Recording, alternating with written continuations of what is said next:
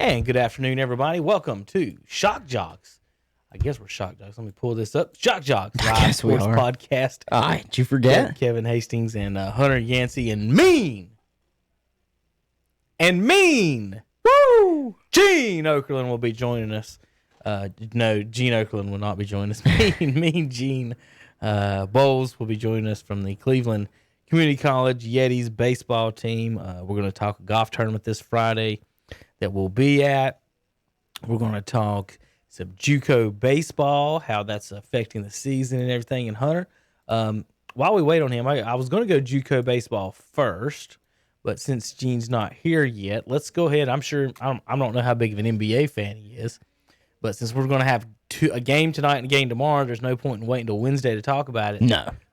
Let's start tonight. Heat up 2-1 on the Celtics. And you had them predicted the Heat to win game one, but you got the Celtics in the finals. Mm-hmm. Where are you standing right now on all of those opinions? Well, obviously the Heat winning game one, that I checked that one off. That hit. I was right on that one. I figured they'd be more rested and they'd come out playing hard. That's what they did. The Celtics did what I believed they were going to do in Game 3. It was, there's no way in hell we can go down 3-0. And so they came out swinging. You know, there was the report. Everybody was really upset in the locker room. There was a bunch of yelling. Maybe somebody was throwing some things. I don't know. Marcus Smart was very vocal after the Game 2 loss. Right. So, to me, that was really just an emotional game. They came out here firing on all cylinders. But they still didn't win convincingly. It was still a very tight game between the Celtics and the Heat. So to me, I don't really know how I feel about this now, about the Celtics making the NBA Finals, because I just think if you have to get yourself to that level of an emotional high. Nobody's playing tonight, actually. They're not? They're not playing. Why are they not playing tonight? They're not playing tonight or tomorrow. They're not playing again until Wednesday. Did I miss something? They're trying to get the series evened up. Oh, so one team in the finals won't have maybe 3 or 4 or 5 days rest. Okay, I can understand that. I can understand. So they're giving 2 in this one after 3 games. So Boston, Miami actually won't play. Folks, I just looked at the schedule. I just assumed that's what was going on.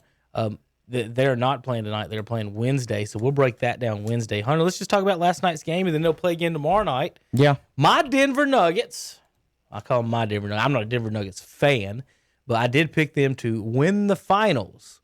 The finals, before all this started. And all these people picked L.A. Clippers. And then all these picked the L.A. Lakers. And they're down 2-0. Yeah, we got excuses, but I will get to them in a second. First of all, I got to, puff on my semi-victory cigar so far. Okay. We knocked off the Clippers, who ESPN analysts were 0 for 16 on. Why are we getting disconnected on that? I don't know. It says it's reconnecting, though.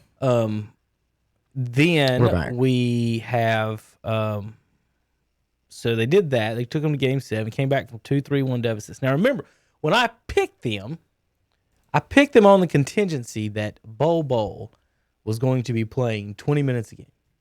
That's to win the championship. Now, if I'd have known he wasn't going to play a thing, Hunter, I'd have gave him a chance to get out of the second round, the 7 games that they got. But dang it, they fought for it, and they've had to, and that's what's happened. To me, if he played, they would already be up. It'd be 1-1. I don't think they'd win game 1. But in basketball and in baseball, Hunter, there's reasons they play 7-game series, and it's because it's not really necessarily a this team's better than this team. Is sometimes from game to game, from series to series. You just think so Saturday when I was in here, I was not that down about them being down 1-0 as bad as it looked from the first one. I explained it between the foul calls and a couple of other things, it could have been a lot closer. And then Denver does the same thing. The problem is, Hunter, and here's my Bobo of the day. You mentioned Saturday they might need an extra 7-footer out there. Yeah. Well, if they already start every game off, Hunter, by the time it's halftime, down 10 or 15 points. Why not? why not start him? Mm-hmm. Then when you get down the 10 points, if that happens, then you can put in the guys you normally put in anyway. Right. Denver's bench has outplayed Lakers' bench. And the thing about it, the problem is that it's just, like I said, they get down, and it's tough playing that way all the time. And so, to me, if just stick him out there, one, he's an offensive, he can shoot, and then he can play defense. So let's talk about that last play of the game. So these dodos are the Lakers are taking the ball out, and let me pull it up, Hunter. Anthony Davis, and then Barkley. Did you hear what Barkley said? He said he wasn't clutch, and then so pretty much, everything that Barkley says, the opposite happens lately. So he needs to shut up. So he's been nailing everything. But I'm gonna pull up this. I'll say this though. Pull up the video for you folks. I mean, I break down. I would have probably let Anthony Davis take that shot too, just because I know that his consistency is not his 3-point shot. Now, if it would have been a sharpshooter like Danny Green that grabs that ball at the 3-point line, I'm like, no way in hell. But they gave him too much room. So too much room on this play. A couple of thoughts and issues as far as let's talk basketball. So if I'm coaching the team, so Anthony Davis is already on fire, just where you regularly go. Anthony Davis has been hitting a bunch of shots already here in the second half. Yeah. Are we hitting? Oh yeah, we're hitting. Okay. So Davis was already hot. So to me, when I see this as a coach defense, when they line up like this, the closest man, LeBron's gonna do one of two things. He's gonna screen and cut to the basket. You've only got 2 seconds left. You only need 1 point. Yeah. So if I'm seeing this lineup, I'm gonna say LeBron's gonna screen, maybe even down, and then cut to the basket. But he's gonna try to cut some point. And he might even screen for Anthony Davis. Now you're talking about Danny Green. I think Danny's the best shooter on the team, but he's been inconsistent, been playing bad. But yeah, they got their two. They have leave him open. Right, they have their 2 best 3-point shooters on the far side of the court in KCP and Danny Green. So when I see this, I'm thinking they're going to try to get. I'm thinking LeBron fadeaway. I thought LeBron fadeaway, but we have to remember LeBron's not always the guy late game. So a couple of things here as far as basketball wise, I want to talk. So the Lakers, who's taking the ball out? Is that Rondo? It was Rondo. So the Nuggets put the 7-footer Jokic on the ball, which to me, it's a coach's decision. It's one of those things, whether you like it or not. Gene and Gene has joined us now. To me, if you don't want a certain player to have the ball, use that guy to double. So, for example, you would say, y'all use Jokic just to double team. Because 2.1 seconds, they're not going to kick it back to the guy on the inbound. No. So that's the thing. But here, once this starts, so what's this motion, Gene? Now remember, they put in Plumlee. It was a substitution. They put in Plumlee to guard Anthony Davis here. So the motion is, watch LeBron. LeBron he's not setting a pick for anybody, is he? He's just basically posting up at the high post. Mm-hmm. All right, where's Davis running? He's running to the 3-point line. What is Plumlee doing? Like, really, what is Plumlee thinking right here? He's at the free throw line. Davis is on the 3. LeBron is not, I repeat, not setting a screen on Plumlee, is he? No.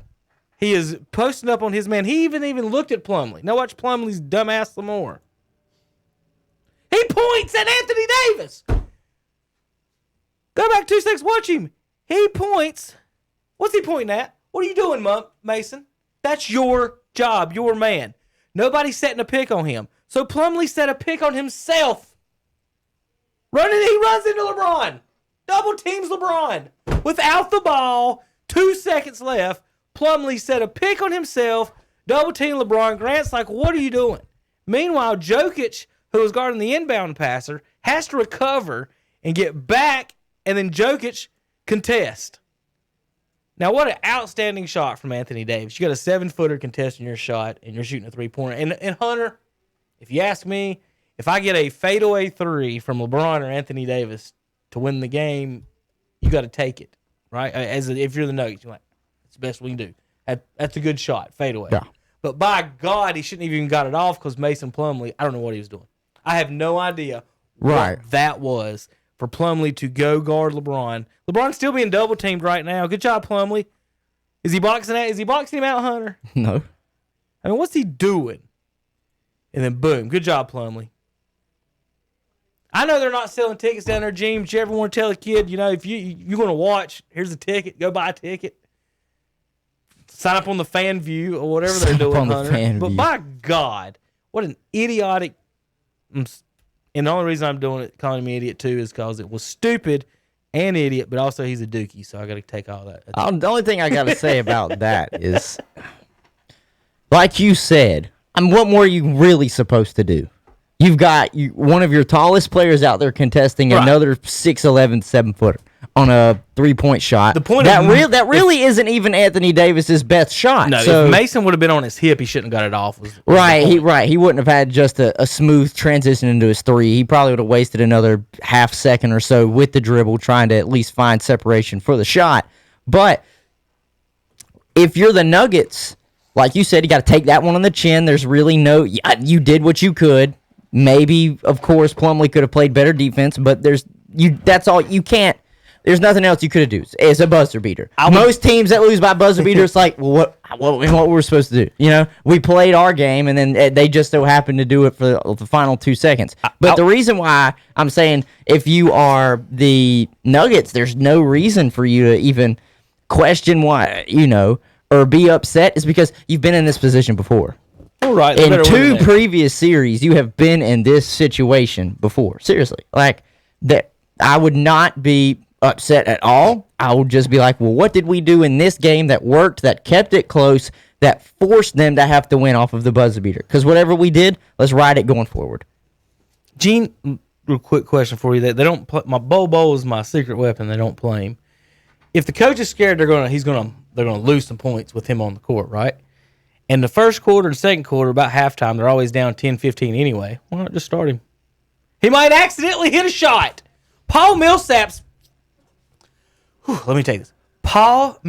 corpse keeps starting out there. And he is awful, Hunter. He's so old. Somehow, some way, he's still on the court, and he just does enough. Just enough. To be like, the coach is like, just say Will Barton was there. Game.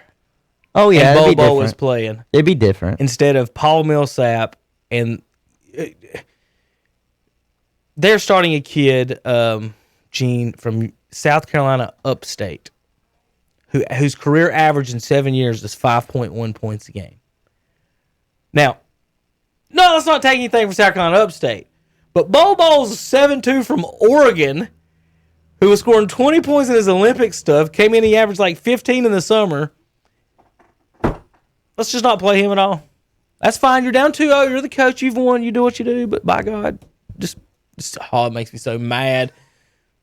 It was a 1-point game. That's it. They had won the game. Jokic took it right to Anthony Davis's chest, manned him up, threw the baby hook in his right over his unibrow, and now here we are.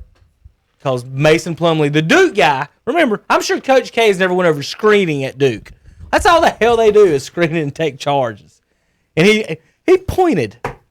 He basically was telling Grant. Somebody's got that guy. He basically was telling Grant, he was like, man, you got to switch. You got to rotate for me, man. I'm not fast enough to close out on the perimeter. I'm going to take LeBron. You come off of LeBron and you can test that shot.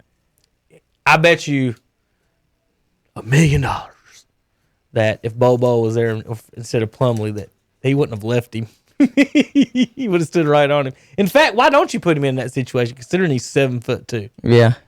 If you want to put the tallest guy to maybe obscure Rondo's vision, why would it not be the 7'2" guy? Again, real quick, think about that. So why is Jamal Murray even on the floor in that situation?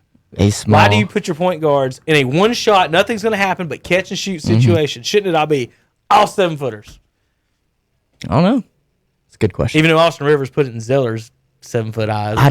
Why did we bring that up? I don't ever want to think about that shot again. Why did you bring that up? Because that's just a strategy that you put to 7-footers. God almighty, it made me so mad. But they play again tomorrow night. Maybe Denver can get it going. They've been in this situation before. I'm still all in the playoffs. same thing. I feel the same way. They just the Lakers are 6.5-point favorites for that game. That don't matter to me at all. At all, Gene. Yeah, we talked about that last time. Yeah, we talked about it Saturday. I told you I didn't this series doesn't scare me at all. Like they just the refs won the first one. I'll be a child on that one, and then they got lucky on the second one. So where should you be at if you're Denver? They go 4-2. I won't be surprised. The world will be. I mean, as of right now, Nuggets go 4-2. As of right now, the Miami Heat and the Los Angeles Lakers have the same exact record throughout the playoffs. You know 10 wins, 2 losses. You know what the funniest thing about the Heat is? If they play each other, right? Mm-hmm. Michael Jordan has his number retired for the Heat, and LeBron doesn't. He does. Pat Riley did that for him. They ceremoniously retired Jordan's number for no reason. I didn't even know the that. Miami Heat, number 23, is retired Miami, and LeBron's jersey is not. And he won two He's won 2 championships for them. Won 2 championships. And then left him for Cleveland. Now he's in LA, might be playing them. Think about that. If, LeBron goes down as an all-time great. Who's retiring his jersey? Does anyone randomly? Is there a statue of him anywhere? I think Cleveland should do that, but I don't think they will because he's bailed left on him them twice. Like, really? Like, statues, guys that get statues usually don't leave their team. No. Like, voluntarily. Like, Kobe's going to have one. Shaq has one outside of L.A., but... He didn't. They traded him, didn't they? Traded for Shaq? No, they traded Shaq to Miami. Oh, that wasn't a free agent. That was Shaq. No. I'm talking about with Shaq. Right. Shaq wasn't originally with the Lakers, but he has. No, he's got a statue outside of Staples Center. He didn't leave. Yeah. So that's what I always wonder. Will LeBron have his jersey retired anywhere, or a statue anywhere? Doesn't Magic have a statue outside of L.A. or is that? Magic does. I think he does. Yeah. Magic, Kareem, West, Shaq, Kareem. Kobe, I knew Kareem had one. I don't know if Kobe's got one. Does he not have one yet? Not yet. That's what I meant. Was like I said Kobe, but then it was like if he doesn't have one now, it's cool. Eventually. And he's dunking on the building or something. Yeah. Like they got him hanging off the side of the building. It's pretty nasty. But yeah, that's something to think about. Like he'll be playing against his former team he won 2 championships for, which he won't have his number retired, but Michael Jordan does, who didn't even play for them. Wade Gretzky's got one too. Oscar De La Hoya has a statue there. They got Oscar De La Hoya. Yeah, I mean, they have all these people, but Kobe doesn't have a statue yet. Neither does. I was going to say, has Phil Jackson got a statue? He does not. I'm talking about Kobe does not have one, but everybody's saying it's a given. Should Phil Jackson's statue be him sitting in an office chair, like he used to coach from? Did you never notice that or see that? Mm-mm. I mean, you're awful young. He used to sit. You know how they got those fold-out chairs? Oh yeah, no, I know what you're talking about because he was so big. Yeah, he was sitting in a giant chair. Yeah, I know exactly what you're talking about because I noticed that a few times whenever I was watching him. I was like, is he just saying he's better than everybody, or is it because he's so big? All right, Hunter. Jokic and Murray combined for 55. Mm-hmm. LeBron and the Brow combined for 57. 1 by 2. Wow. 2 points. It's so even. It really is. I just think the Nuggets aren't comfortable until they're down 2-0. The wall. Like they're not. Just like, listen, right, they're going to have to come out and have an emotional game like the Celtics did. It's like, look, we can't afford to go down 3-0. I know we've come back from 3-1, but I don't know about 3-0. But Millsap, 28 minutes, 6 points. He didn't score his first bucket till the third quarter. Jeremy Grant, 25 minutes, 7 points. Gary Harris, 25 minutes, 3 points. Like, I used to say, like when I didn't get any playing time in a basketball game, it was right. like, coach of, Gary Harris, 3 points, 25 minutes. You think I'm going to do worse than that? Like, am I going to give up I didn't go in a game one time where our team was up 30, and I was like, am I going to blow a 30-point lead in the last 2 minutes, coach? That's some awful defense if I do. Awful. Straight awful. But anyway. I'm just looking forward to... Really, the series I'm paying more attention to is Boston and Miami because it's just more interesting to me now. It really is. Because I could care less about the Lakers. I mean, I would love to see, obviously, Denver win, but Now I'm over here saying, well, I picked the Boston Celtics to win this series, but damn, I'm really having fun watching Jimmy Butler in the Heat right now. All right, Gene. How was the weekend? It was good. It was a good weekend. So It's chilly outside now. I don't understand it. It just literally flip of a switch, and all of a sudden they were like, "Hey, fall is knocking on your door right now." yeah, I love the weather. I mean, our Florida kids and our kids from Georgia and Texas, they're not liking this weather right now. They're not happy with it. Well, I was talking with my mother the other day, and she was like, "Don't worry, Hunter. Like, it's 2020. First of all, the crazy year, and it's North Carolina, who is bipolar in their weather anyways. It could be 100 degrees next week, Correct. and it would not surprise me." And I was like, you know what? You make a very good point. Just like I'm surprised today. It's like 50, 60 degrees. I don't understand. Well, Gene, how long you been in North Carolina? Got it here September last year. Okay. So you're not that familiar with the weather. So Not yet. we're going to give you some weather tips for North Carolina. In the fall and the spring, we experience everyone. So you could wake up this morning and have your pants and hoodie on, and by the afternoon you're in a t-shirt and shorts, and then back at it in the evening. So you kind of almost need, in North Carolina, 2 sets of clothes a day. That, or you do one of the things that I know like a lot of high school and younger kids do is like you got the shorts on, but the hoodie on. So that way you can just take the hoodie off when it gets hot. That's what I'm rocking. There you go. Baby. Well, that's the official outfit for Boone, North Carolina. Okay, That's just that's I always wear as that. long Or as long it- sleeve and shorts. and as long as there's not snow on the ground in Boone, you're in flip flops too. So your flip flop shorts and a hoodie. Now, if there's snow on the ground, you don't get your feet wet and get you cold and everything. But there will be a couple. I promise you, there will be a couple in Boone like that. But as far as they down here in just North like Carolina, to watch the world burn. Yeah, I mean, today was the last day of summer today, or was it the 25th? It's the 21st or 20th. It's one of those. She's really close to the last day of summer. It is whatever close. Like I saw somebody was like, "Here's the last day of summer." Like, is it really? So for the guys in Florida, they pretty much have the same temperatures year round. I guess it doesn't have the humidity that we have. And then it rains every day. What, twice a Summer day in Florida? 2020 Yeah. in the northern hemisphere began June 20th, and it will end Tuesday, September 22nd. So Money. I tomorrow, was close. I was right around. very close. I knew it was the end of September, in the 20s in September. Isn't that weird? Like in school, we're taught the summer is June, July, August, but it's actually. But I have a question July, for August, you. September. I have a question for you. What's that? Do you remember the 21st night of September? Yeah. There you go. All right, that's all I wanted to say. Do you really? Yeah. Or you I really wanted to do that. Oh I really my wanted to do that because it was today. Hunter. I did. No one will ever I mistake got you on for an Twitter. Earth, Wind, and Fire Oh, expert. come on now. I got on Twitter today and somebody posted that, and I was Yeah. like, you know what? Gonna use it. You're right. I'm going to use that today. Just like, and you can mark it, when September is over and we have this show, I'm going to say, no, someone needs to wake up Billy Joel from, or no, what's his name? Billy Joe, whatever his last name is from Green Day. Armstrong, isn't it? Billy Joe Armstrong, yeah. Someone needs to wake him up because September's over.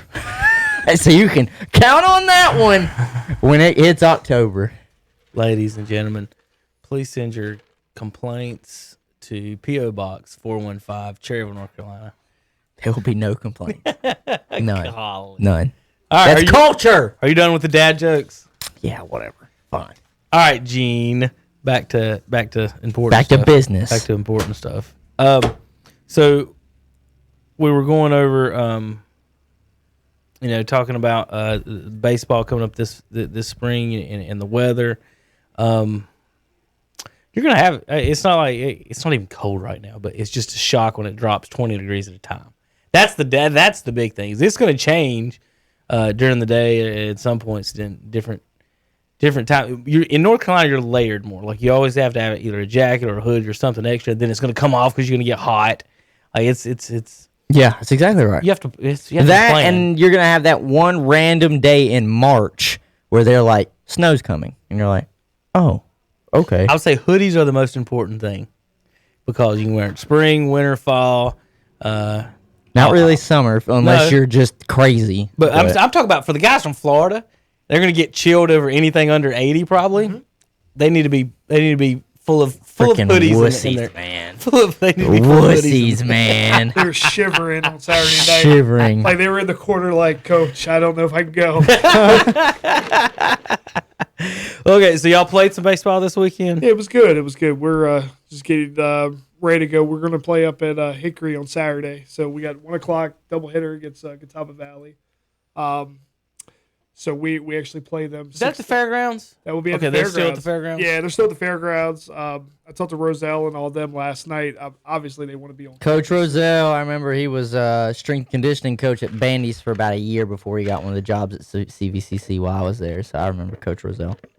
They got, and then Harvey's up there. They got a lot of good guys up there. Chris. Right now. Yep. Mm-hmm.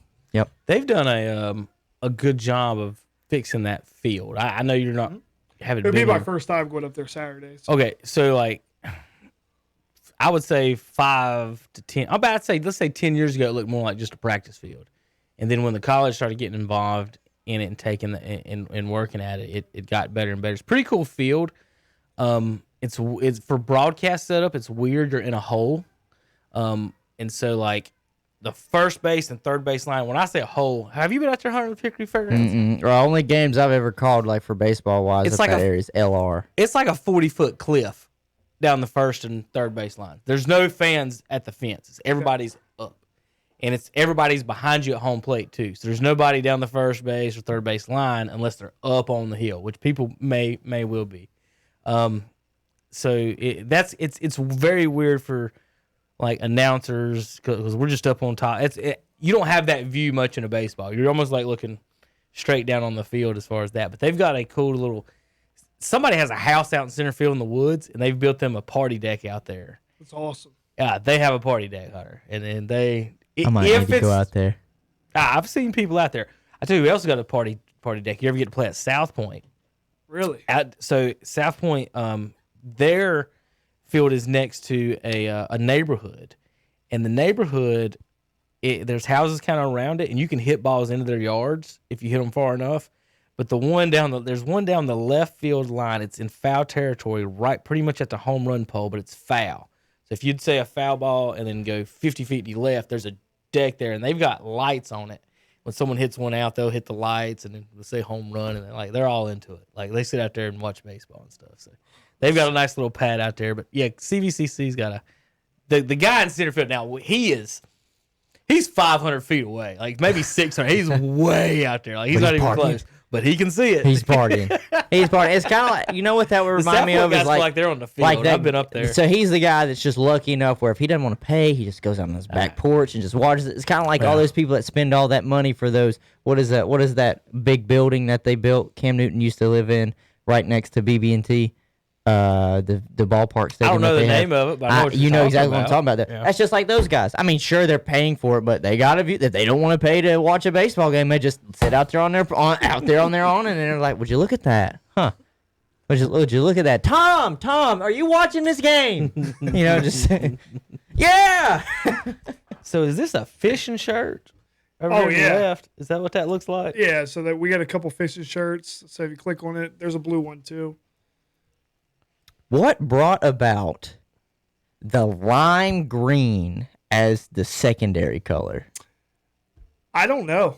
That's a good question. Was this? That's a great idea. I like it. I mean, I love look, it stands out. Do not get me wrong, Oh, and I it's like different. it. And I like it because it is different. You know, kind of like you're about to go and play CVCC this week, and they're going to be your traditional red, black, and white. Okay, Yep. that's pretty normal. And it would be this. They could say the same for you if all you had was blue, white, and maybe black. But you've got freaking neon green in it, so you're standing out from nowhere. Do you guys have a neon green kit? We don't, not yet. Dude, that would be sweet. That would be sweet. Or at least, like, it doesn't have to be all neon green. Maybe at least just, like, the tops. And then, of course, whatever you want to have the pants are. That would be really cool.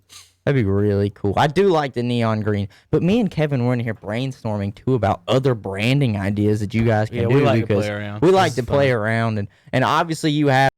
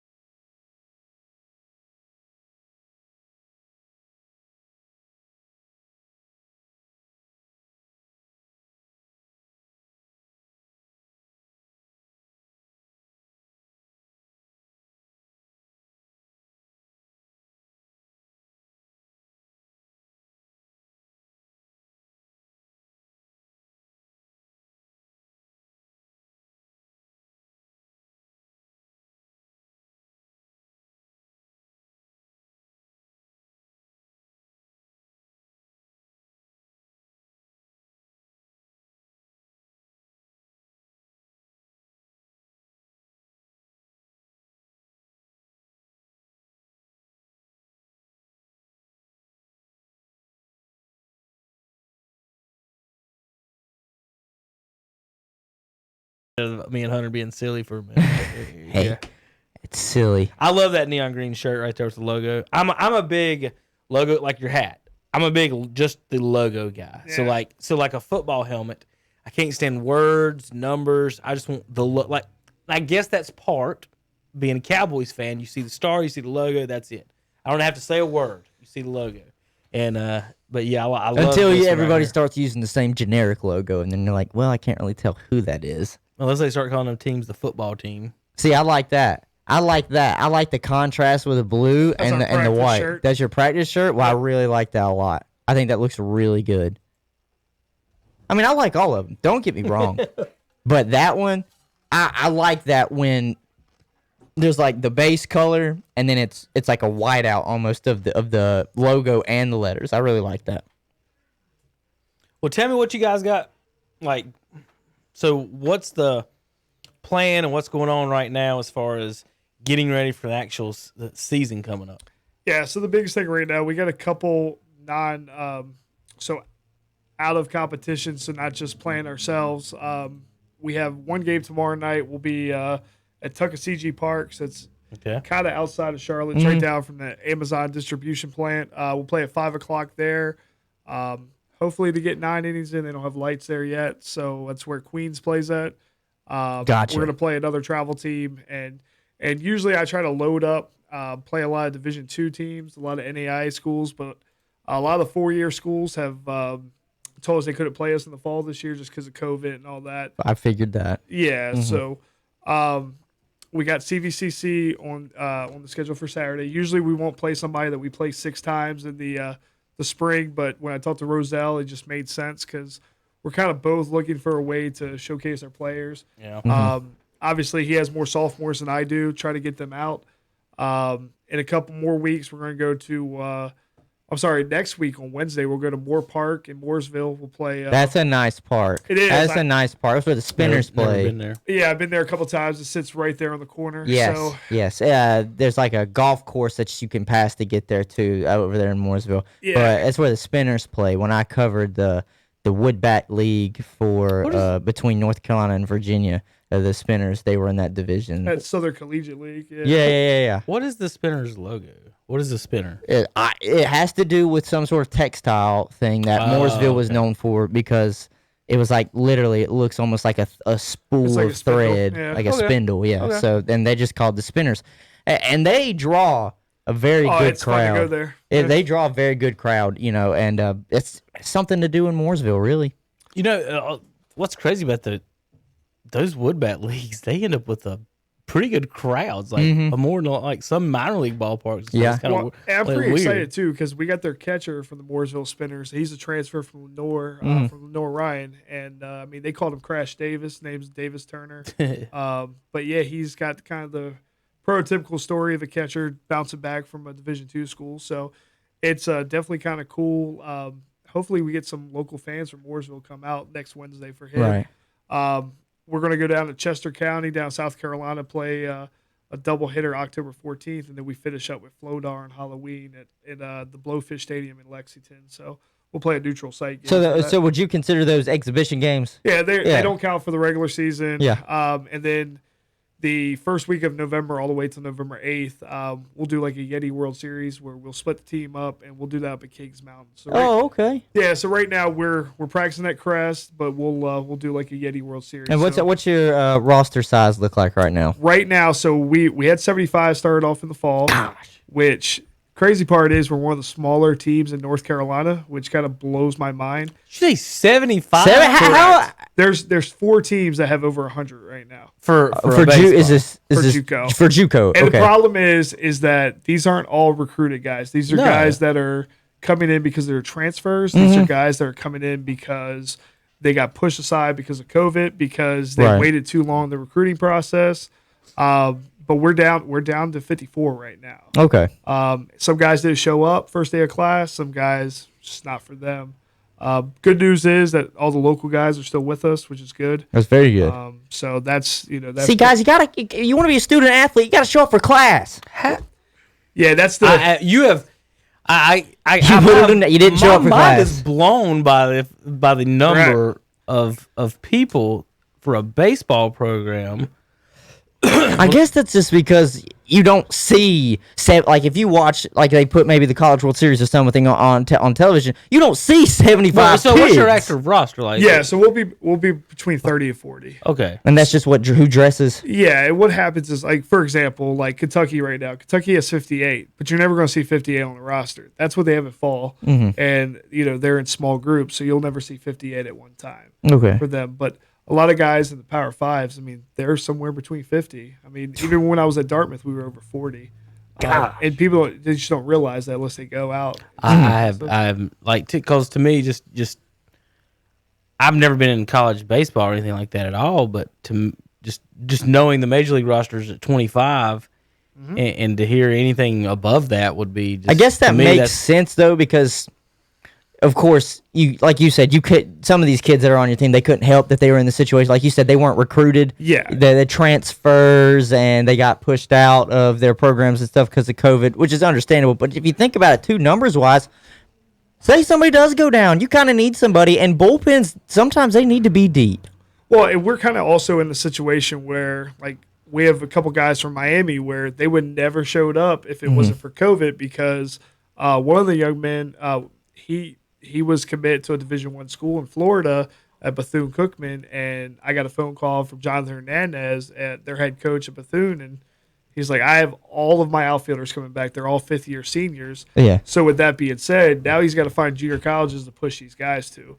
We have a center fielder from North Carolina A&T that kind of got pushed to the wayside because they just want him to be a pitcher only, a PO, and he's a really good two-way guy. You kind of hear stories all the time, but we're very freshman heavy too on the other side. So we have about 10 transfers coming in, and then the rest are all freshmen. And even though they're transfers because of COVID, they're still a freshman on the field. Okay. So. Trying to think. Where are you at on those two-way players? You just brought up that. It's an interesting question that I have.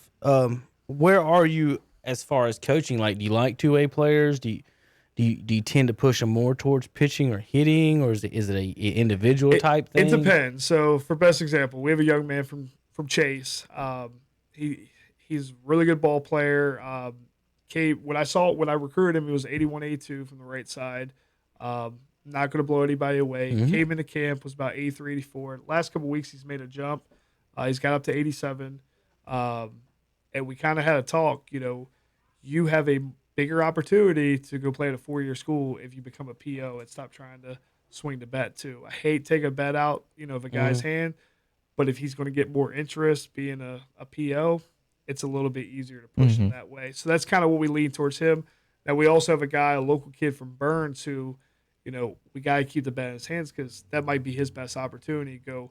But he's a guy who I could bring in situations and he can come in and shut the door for us. It just depends. Okay. At my last JUCO, we have only had 2 guys that can really do it. Yeah. It's not easy to do. I just didn't know if there was a certain philosophy like one coach might have as opposed to others. And the reason I ask is I went to there's a picture of him up there. Went to high school with a kid from here in Cherryville, and he was the National Player of the Year, American Legion. 28 home runs, 35 games. That's sick. That's a lot. The That's Braves a big bat. made him a pitcher. Oh, because he threw 90. He could get up to 92 and 93 and once in double it once he got into it, but he was right at 90, right-handed pitcher. But I'm talking super athlete. So like not only was so he's center fielder and like I said, 28 homers in 35 games. Now this is when the bats were better, obviously, but still that's smoking the baseball. And he was drafted originally by Tampa out of high school. He wanted to be a Tar Heel, okay? Turned it down, went to JUCO up here in Lenoir. okay. So he goes there for 2 years, and then he goes to Carolina. Well, the whole time, every year he got drafted, okay? So when he finally leaves Carolina, he's drafted by the Braves, and they turned him into – while he was at the other schools, he was DHing when he wasn't pitching, okay? When he went to the other school, so Braves put him in minor league, and he makes it at Myrtle Beach, which is single A or whatever. He wins the All-Star Home Run Derby as a closing pitcher. They entered him because they hosted it and he entered from the team. Now, who enters their closing pitcher in a home run? But the whole time they're just on the mound, on the mound, on the mound. And to me, I'm like, this is the best. He's honestly, Gene, the best batter. 28 homers in 35 games. The best batter I've ever seen in person in this area. And it just drove me crazy because he was so fast. Like, why would you put him on the mound? He's wasting so much athleticism. And then, for example, another guy that graduated at Shelby the same exact year. Now, Shelby's known for football, right? He was their quarterback. The best way to describe him at quarterback was Barry Sanders at quarterback. They ran the option with this kid at quarterback. You couldn't touch him. Like, he's the fastest person side to side I've seen. Okay? Straight line, Caleb Farley from Maiden might be it. But side to side, this dude was the fastest. He made it as an outfielder. He played 4 years in the majors, Kansas City and Cincinnati, and made it. And he was nowhere near as close a hitter as the kid that I played with here from Cherryville. But that kid stayed on the mound. And I was just always wondering, and that was during the Braves when they were all, pitchers. I was just wondering if that was like, is there a philosophy that you keep them on the mound as long as you can? Is that a type thing? It just depends on the coach. I mean, yeah, I've seen that's some what guys, I was kind of getting at all that. Yeah, I've seen some guys too where, I mean, it's certain places here. It seems like anybody who doesn't throw 88, they get dropped down to becoming a sidearm guy. That gets back to your coach pitch point from last time on Saturday. But I'm a little different. I mean, it's guys mature at different times too. I mean, you're dealing with guys 18, 19. So, I mean, I got some guys, they haven't even hit their man body yet. So I'm really curious what's going to happen, especially with our roster being so freshman heavy, especially like what happens when a lot of these kids mature together. It could be fun to watch, like if they all stay together for 2 years. But getting back, it depends on the coach. I don't see a lot of coaches in college baseball use a lot of two ways. They just don't. I mean, because baseball's so specialized now with perfect game. We got 40, 50 people on the roster. Yeah, definitely. Well, yeah. And then you go ahead and you go down to these perfect game tournaments where they fly guys in. I mean, I'm seeing 13, 14-year-olds get flown in to different travel teams. I mean, it's crazy. That's ridiculous. So, Gene, one of the questions I have, and it's probably, what a lot of people want to know for any kind of college program right now is like, what are the protocols that you guys have to kind of go through right now? Is there anything that's like, how limited are you being able to go in and maybe like you said, that some of these guys don't have their man body, like can they even go in and lift weights right now? Is the weight room closed off maybe because of COVID? So that's a good question. So what our school did was we've closed off the gym just for athletes. We have mandatory cleaning every day, but on top of that, obviously we have to clean after every use. We're in smaller groups to where it's not the whole team. Like, so all 50 guys can't be in there. We try to keep it under 15. So is it the same when you're on the field though, or is it different because it's outside? Because it's outside. Okay. So we go by the NJCA regulations to where we still have the temp tests, and so we constantly are checking temperatures all the time. We have a daily questionnaire we have to fill out, and the students have to sign it. Student athletes have to sign it. Basically, it just says kind of, do you have any of these symptoms? Yes or no, that kind of stuff. Right. We're not in the protocol to where some of these Division I schools that are big Power 5 football schools that test every day. They actually test, not just check the temperatures. We're not in that situation yet. Could we get there? I don't know. But right now, knock on wood, we haven't had any cases athletic related at our school, which is good. So hopefully my only concern with it get a little bit colder outside, guys are going to start sniffling a little bit. Yeah. Stuff's going to come up because, it's becoming flu season. And that's pretty much my biggest concern. I mean, we're almost halfway through the fall. Just want to kind of keep it rolling and we stay healthy. That's the biggest thing for us. Well, it's one of the things so far. So, well, first let me ask this: have you only played just like this past week in exhibition games, or have you had like a multitude so far? Yeah, so we've had the guys since August 17th. We've been with them, so which is good, and we want to do a little bit of an acclimation point with them. So some of the out-of-state guys got in about a couple days earlier, and then we started with practice. Practice for the first couple weeks were small groups, so we kept it under 15. Here lately, we brought it a little bit more to where we have them staggered to where they're different times. So like we'll have one group in the indoor facility, one on the field, and then we'll send our pitchers down to the soccer field at Crest. Just so we're constantly splitting them up. But like right now, every team's a little different. Yeah. We're fortunate, just like CVCC, to be in the in the same line to where we can actually practice. Uh-huh. You get teams like Wake Tech; they're hoping they can practice next month. Southwest Virginia, who's in our conference as well as Wake Tech, their fall's canceled. So some teams have been told, like Rockingham Community College, that they're not allowed to leave their campus. They can practice, they can play games, but it can only be travel teams. They have to come to their field. So it just depends on the school. Jeez, man, that's what's strange. But really, what I was asking is because I'm trying to see. I guess you've kind of been able to see what kind of talent you have outside of them, what they did in high school, and you were recruiting them to begin with, like what you have on the field right now, and maybe what your strengths and weaknesses are going into whenever you guys are able to start playing, meaningful games. I know the exhibitions, they're always meaningful for what you're seeing and getting the guys developed and whatnot, but, more like conference games where win-losses actually count. Yeah, I think, obviously playing high school guys, it's great for recruiting because we get to see different 21s and 22s, but for us, I mean, this weekend at CVCC, we'll kind of see where we are. I mean, we're not oblivious to it. We know they're going to be ahead of the curve just because they've been around. Everything for them should be better because they have sophomores. They have a lot more sophomores. We know they have a lot of top arms, and we're excited. Now, the other test is going to be when we play Flodar, too. Flodar and SMC, Spartanburg Methodist, are probably two of the better teams down in South Carolina for JUCO. Played in the Spartanburg Methodist golf tournament one time. I got golf balls with them. There you go. I did. They had them on their logos. But, sorry about that. No, that's good. I went squirrel on you. Squirrel. You seen the movie Up? Yes. I know exactly. Squirrel. Yeah, my kids. I guess I was just really trying to get a. So, do you have kind of a thought on what your strengths are as a team going forward, or is it still kind of all question marks across the board? I think the biggest thing is we have a lot of athletic guys. We're really fast, which is good. Defensively, I think we can be a little bit better. I mean, there's always room for improvement. I like our sticks. We just haven't been tested yet. I think this weekend's going to be huge to kind of see where we are.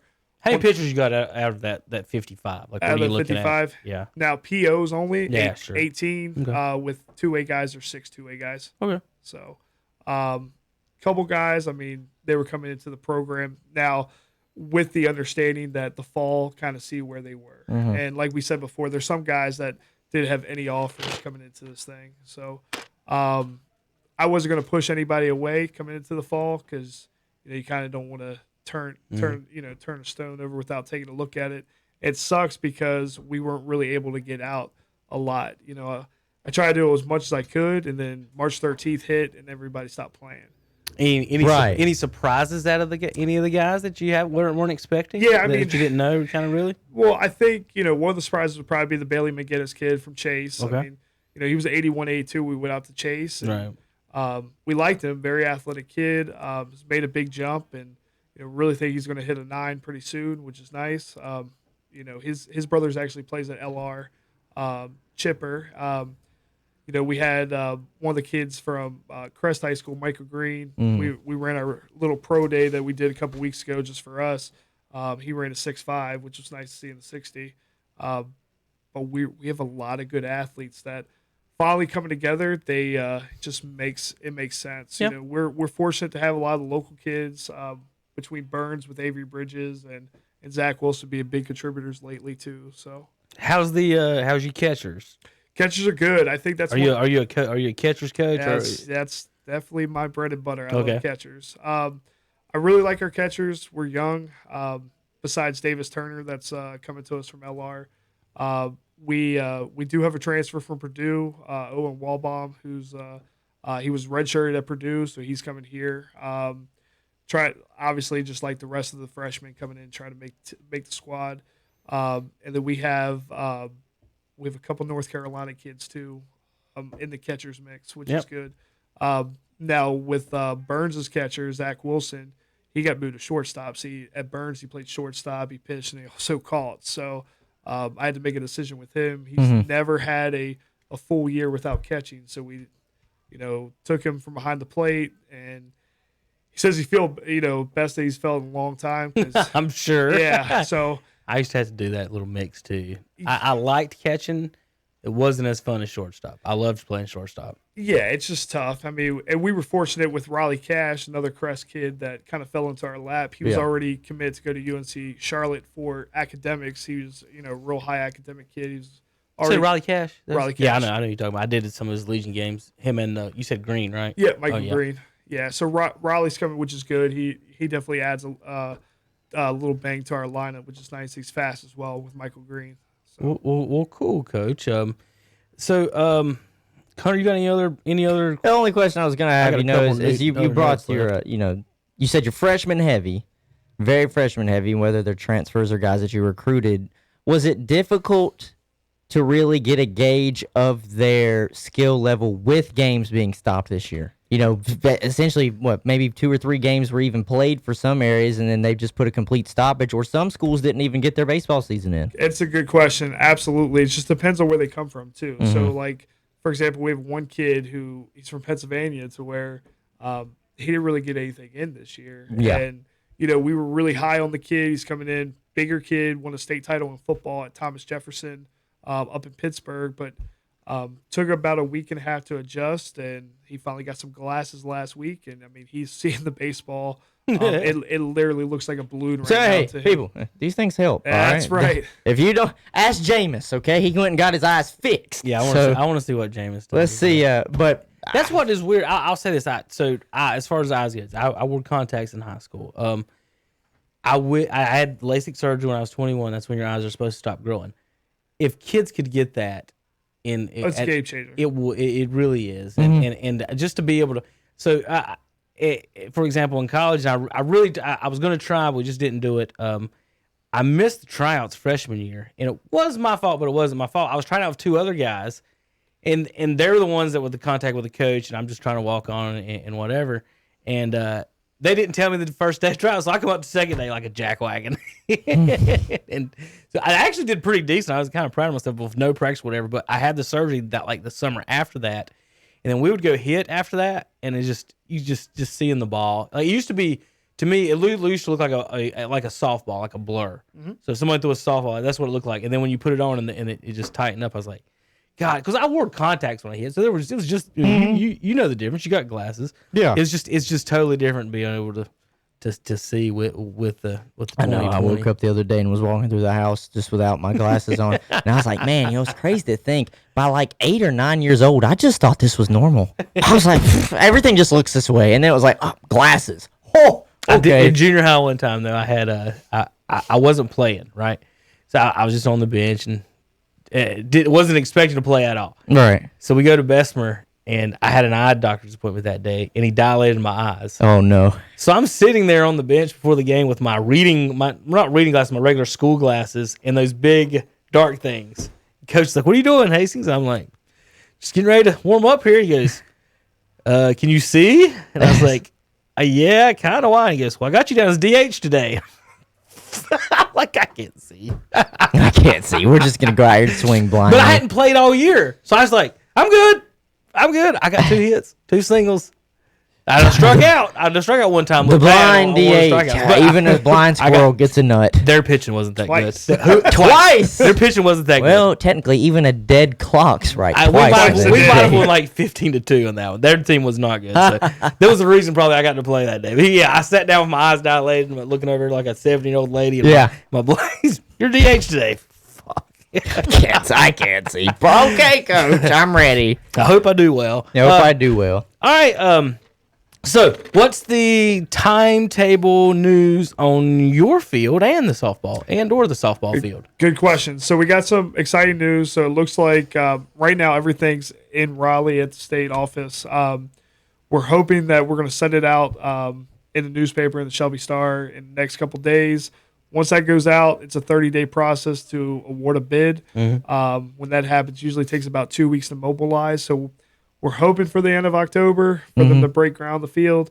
Right now, timetable-wise, it's looking more that we'd be able to play on our field the following fall. So the fall of 21. So maybe not this spring. Maybe not. Our president, Dr. Jason Hurst, is really optimistic that we're at least going to get the back end of our schedule in at home. I'm hoping so because, trust me, being at home would be a lot better than begging people for a field. I was about to say, what's the contingency on that? Are we just begging for fields? I know it's tough. You can't just go to Gardner Webb or. Well, that's what we talked about last time when I was leaving. So right. if anybody's listening and you got a farm or know somebody who's wants to have a college baseball team, just show up. Let me know, because a lot of high school programs aren't probably going to be able to allow us to use their field in January. Yeah. We're allowed to start practicing right after New Year's, and our first week is January 22nd. So. I'll be honest, as a former high school coach, I wouldn't want to have a team use my field that early in the season. Yeah, they don't want you messing up the field and everything. And now with the way the high school schedules is fall back now, no. Hunter, I know you're a little further away from Cleveland County. I recommended trying down here. I don't know, I was just trying to think of big fields that's big enough, because these guys just can't come out here to a 300-foot field or 200-foot field or whatever. I do. Trine's got a big field over there. It's 330, 360. There may be a church or two around that has a couple big ones from that played back in the day, like the big softballs. Yeah, we that's like I was saying. I can't recommend any off the top of my head though. There was a church around Polkville that one of our parents did a lot of work to the field, and long story short, all the grass that we had planted and all that got tore up. So that kind of got X really quick. We were getting ready to put a brand new mound in, and I had guys going out. We went out there. It was tore back up for a softball field. And I'm like, we just did all this work. So that's kind of where we are right now. Like I said, we really hope we can be able to practice and play at our school. Just being on campus. I mean, even here from Roselle, I mean, they're not on campus. So it's just such a selling point too.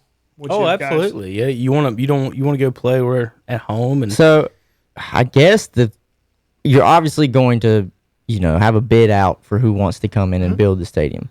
Do you have a design already marked up? We do have a design already. Okay. It's pretty sweet. So I'm excited. So it's if you've been on campus before, right where that the softball field is now. Yep, I know where you're at. So the field house there is going to still stay, that little field house. Where the softball field is. Is there a drawing or anything online or anything of it yet? There's not. Okay. We have a video. I was going to pull it up for people, but I'm not sure if I'm allowed to share it. I was about to say, they're trying to keep it on the down low. Yeah, I get it. Highly sensitive. I know some people have been able to see it, but yeah. So where the softball field is, essentially is going to be where the baseball field is. We used to have a tennis court there. The tennis court's been knocked down already. They're going to knock into the hill. That's where we parked at last year, was the tennis courts. Yep. for the games. Go ahead. I'm sorry. So, no, you're a squirrel. Squirrel, yeah. Shut up, squirrel. Eat your nuts. So the baseball field will be down there. Where the maintenance building is right now at left center, we've just got told we're going to turn that into an indoor facility for baseball, softball. Good. Which will be nice. And softball is going to be where the Lineman Academy used to be at, adjacent with South Post Road. All right. Well, it's good that you already have a design, because a lot of people probably in the area, once they get ear that there's a JUCO ball that they can go and watch, they're going to be like, well, how's seating? Will there be able to be enough seats for it to at least accommodate a good crowd? Yeah, so what's for us, we're going to have 400 seating capacity. Okay. But that's just with back seating. Once that second phase 2, once we get into seating, we will have the ability to have people bring their chairs up and all that. There you go. Softball is going to be anywhere between 2 to 250 with back seating, and then they'll have the ability to have chairs. There you go. There you go.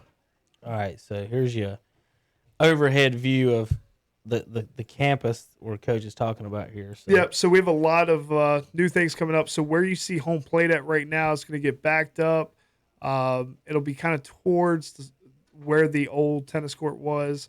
You talking about over here somewhere? Yeah, right. Literally right over there. There's like a grate that sits down there. That whole hill to the left of your cursor, in front of the field house, is all going to go out. Where those trees are down the bottom left, majority of those trees have been taken out. About over here? Yeah, down the bottom left of the page. In the middle. Yeah, and that's where the softball field is. It's going to be down there. Right. And then you can see where down the bottom right, that's where the indoor facility will share for now. That'll be our temporary site till we build one behind right field. But we're looking at... How big is that fence right now? Because I know the softball field's 200. Yeah, how big is the field right now? It's about 300 for baseball, like the old one. There's no fence up there now. Right. We've taken down both fences, the softball and the old baseball one. But we're going to look at somewhere between 310, 315 down the line, and 375 with a wall in center. So we're going to be hitting balls into this back parking lot? We are going to be hitting balls in that back parking lot. So There needs to be a sign right there. Should be fun if somebody wants to you're in the firing range. If somebody wants to sponsor a sign, there you go. There you go. Here's what you do. Insurances. I was about to say, call the insurance companies, and they need to put a sign up in the parking lot there that this is home run territory. And I tell you who to call. He might get mad at me. I don't know if he will. Call Damon Scott over at Shelby High School, Allstate. He does the Shelby Gold Lines. He's been a coach for Shelby High School and stuff too, but really, really good guy. His son's playing football at NC State right now. Nice. Jalen Scott, outstanding athlete. But yeah, that's always one of the fun ones. Like so on our broadcast, foul ball sponsors, we always get an insurance person to sponsor the foul balls. So it's pretty smart. So there's a ball in the parking lot, folks. If you busted out a thing or got a dent, give it'd be nice. And that's one of the things where you got the guy that's the board op that clicks the little crash button. That sounds like glass is crashing. Yeah, and they're like, uh-oh. Somebody better check on their vehicle. The owner of the white sedan. Your windows are out. Just thought of a fun job over here, Hunter, they might need. I don't know if they got anybody over yet. What? Need a PA announcer. Baseball, we can get JP to do it. No. I will not recommend that. Squatch. I'm sorry. Squatch. I'll recommend him from something. Squatch. Not that. That'd be so funny. Oh, my word. No, I love JP to death. That'd be hilarious hearing him try and just speak some sort of to a crowd of mispronounce people. Every school's name. Yeah. He would make so many people so mad. Cleveland count. The day he tried to pronounce Syracuse, I lost my mind. Hold up, how did he pronounce Syracuse or something? No, the first time he ever said it, it was I think Syracuse, North Carolina were playing or something. It was on our list for what we were going to have on the broadcast, and he said Socrates. I was like, it wasn't even close. No, I mean it was. Socrates. I was like, what? He goes, I'm just reading it. Greek? Like, no, you're not. I said, you out of left field, you pull a Greek philosopher out of nowhere for the name of a college? Yeah. Man, that's rough. He was off big time on that. Well, folks, there's the softball field now that's going to be turned into a full-fledged baseball field out there for Cleveland Community College. Hopefully, he said, Coach Bowles will say it will be maybe get some games in the spring. If not, we'll be sure to get them in the fall. What about is the softball kind of on the same timetable? Yeah, it's going to be. So whoever wins the bid, it's going to be the same time. So what are they doing as far as, do they have somewhere to practice or anything right now? Yeah, so right now the field hasn't been tore up yet besides the fence, so they still get to practice at home. If it's a little wet, they go up to Crest. Okay. And Crest is their indoor facility. Okay. All right, now. Looks like plans are in place. So, it's just looking for the dominoes to start falling. Let's finish up this with Gene before we do our football picks, Hunter, or review of our games on Sunday. Yes. Friday, folks, ladies and gentlemen, boys and girls, we've still got 2 days to get sponsors in to get you signs up. We got a tournament Friday, September 25th, 11 a.m. Contact Coach Bowles, bowlesgo26 at clevelandcc.edu, 410-245-2119. It starts at 11 a.m. over at the Cleveland Country Club. Registration begins at 9:30. Is there lunch? There is. There's going to be a box lunch, but with the email address, I actually talked to IT. I'm going to be switching my email address pretty soon because it's Bowles G. It's a 026, and that's why I've been missing out on some emails. Go. I bet people think it's go. It is. That's what everybody thinks. They were like, "Is that your middle initial?"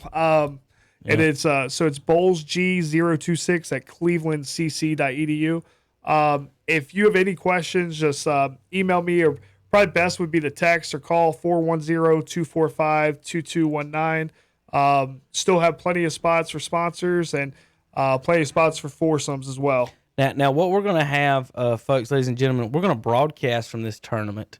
Some live coverage there that's the 9th hole, right, Hunter? That you were at that? No, 9th. That was the 8th. Was that 18 or 9? No. I think it was. That was 9. Yeah, that was. I think it was. It was 18. I don't know. We did two different ones. There's different holes. I know for the flags don't just say 18 and 9. Some of them do. Not all of them. I know not all of them, but some of them do. Some of them. That is the 18th hole because we were at the 9th at Woodbridge, so we'll be on the 18th hole. From the clubhouse broadcasting. Hunter and Andre and hopefully one or two more will be with you. I got to round them up. Our team is 3/4 together. Gene, did you give me an age on that? 60. Yes. My ringer is in play. Let's go. He's 63, so he's right between 60 and 65. So it's a key thing you got to know, Hunter. So seniors, if they can hit at 60, I got a guy who hits it as far as I do, who's 63. So I can put him up on the seniors on. I don't even have to tee off most of the time. He's thought this through. Listen, I've played in some of these tournaments before. Now, I'm lucky if I just go out there and have a good driving day. If the age was 65, I wouldn't have brought him. I'd have brought a different friend. Okay. But he's I'm glad that your team over. is put together. It is. I'm glad. The golf team is put together. The broadcast team, not so much. 2/3 or 2/4 of the way full. Now, Gene, do you have any special rules or anything that you know of? We don't. Just it's we captain's choice. Straight up. Straight Are you up. gonna do any? We'll have 2 mulligans. Is he gonna do any handicap? We won't. Okay. So those were the questions that I had. Every golf tournament is different. Some people you take your handicaps and you do the adjustments. Some of them do straight up. Some of them do so mulligans and stuff like that. Will there be mulligans or anything like that? There'll be 2. So each person can get up to 2. Okay. So Hunter, this is as close to an actual golf tournament as you can get. Now, Gene, when we played in this last time, I'm gonna give you some rules that they gave us. Everyone got 2 mulligans, okay, on each side.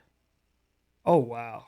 I was going to do one on one, on the 9 and one on the back 9. Everyone got 2 red tees on each side, and everyone got 2 throws on each side. Now, the throws, there was an argument or discussion about what that meant. I had played throws before, and when we played them, you had to count it as an actual shot. So, for example, you hit it in the bunker, you don't want to hit it out of the bunker, you use your underhander to throw it. You had to play as your actual golf shot. In this tournament, it was a continuation. It was a continuation.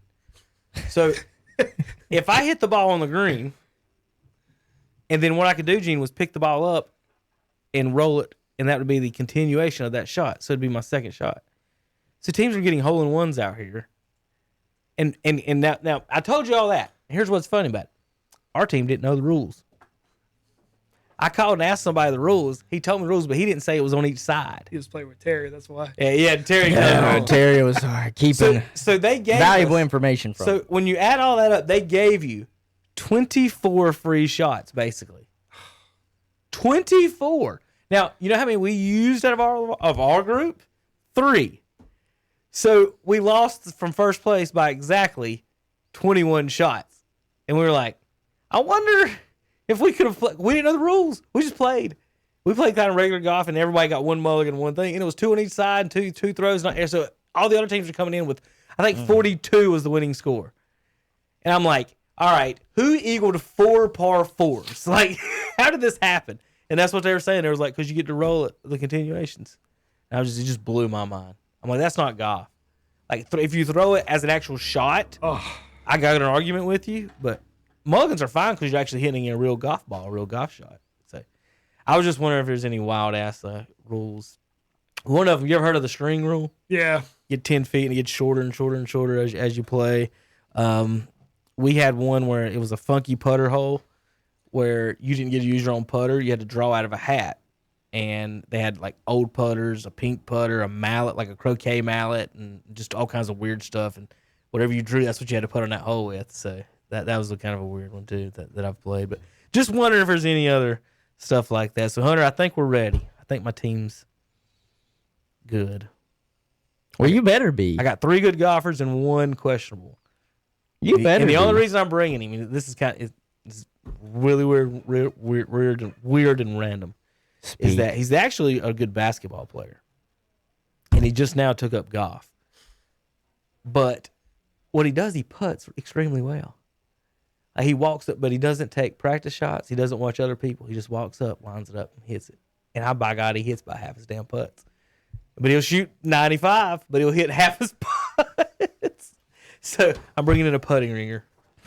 Better hope it pays off. We're going to come in 5th, Hunter. Just write it down. 5th.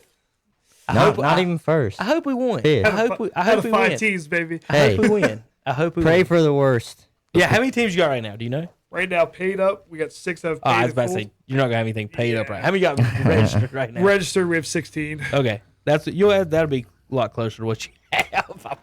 Yeah, I'm not. Nobody pays, especially if you're expecting if that's somewhere different, like in wherever you're from, not North Carolina. Yeah, I'm they still pay until they walk this. up. There's no prepaid. That's for a lot of things.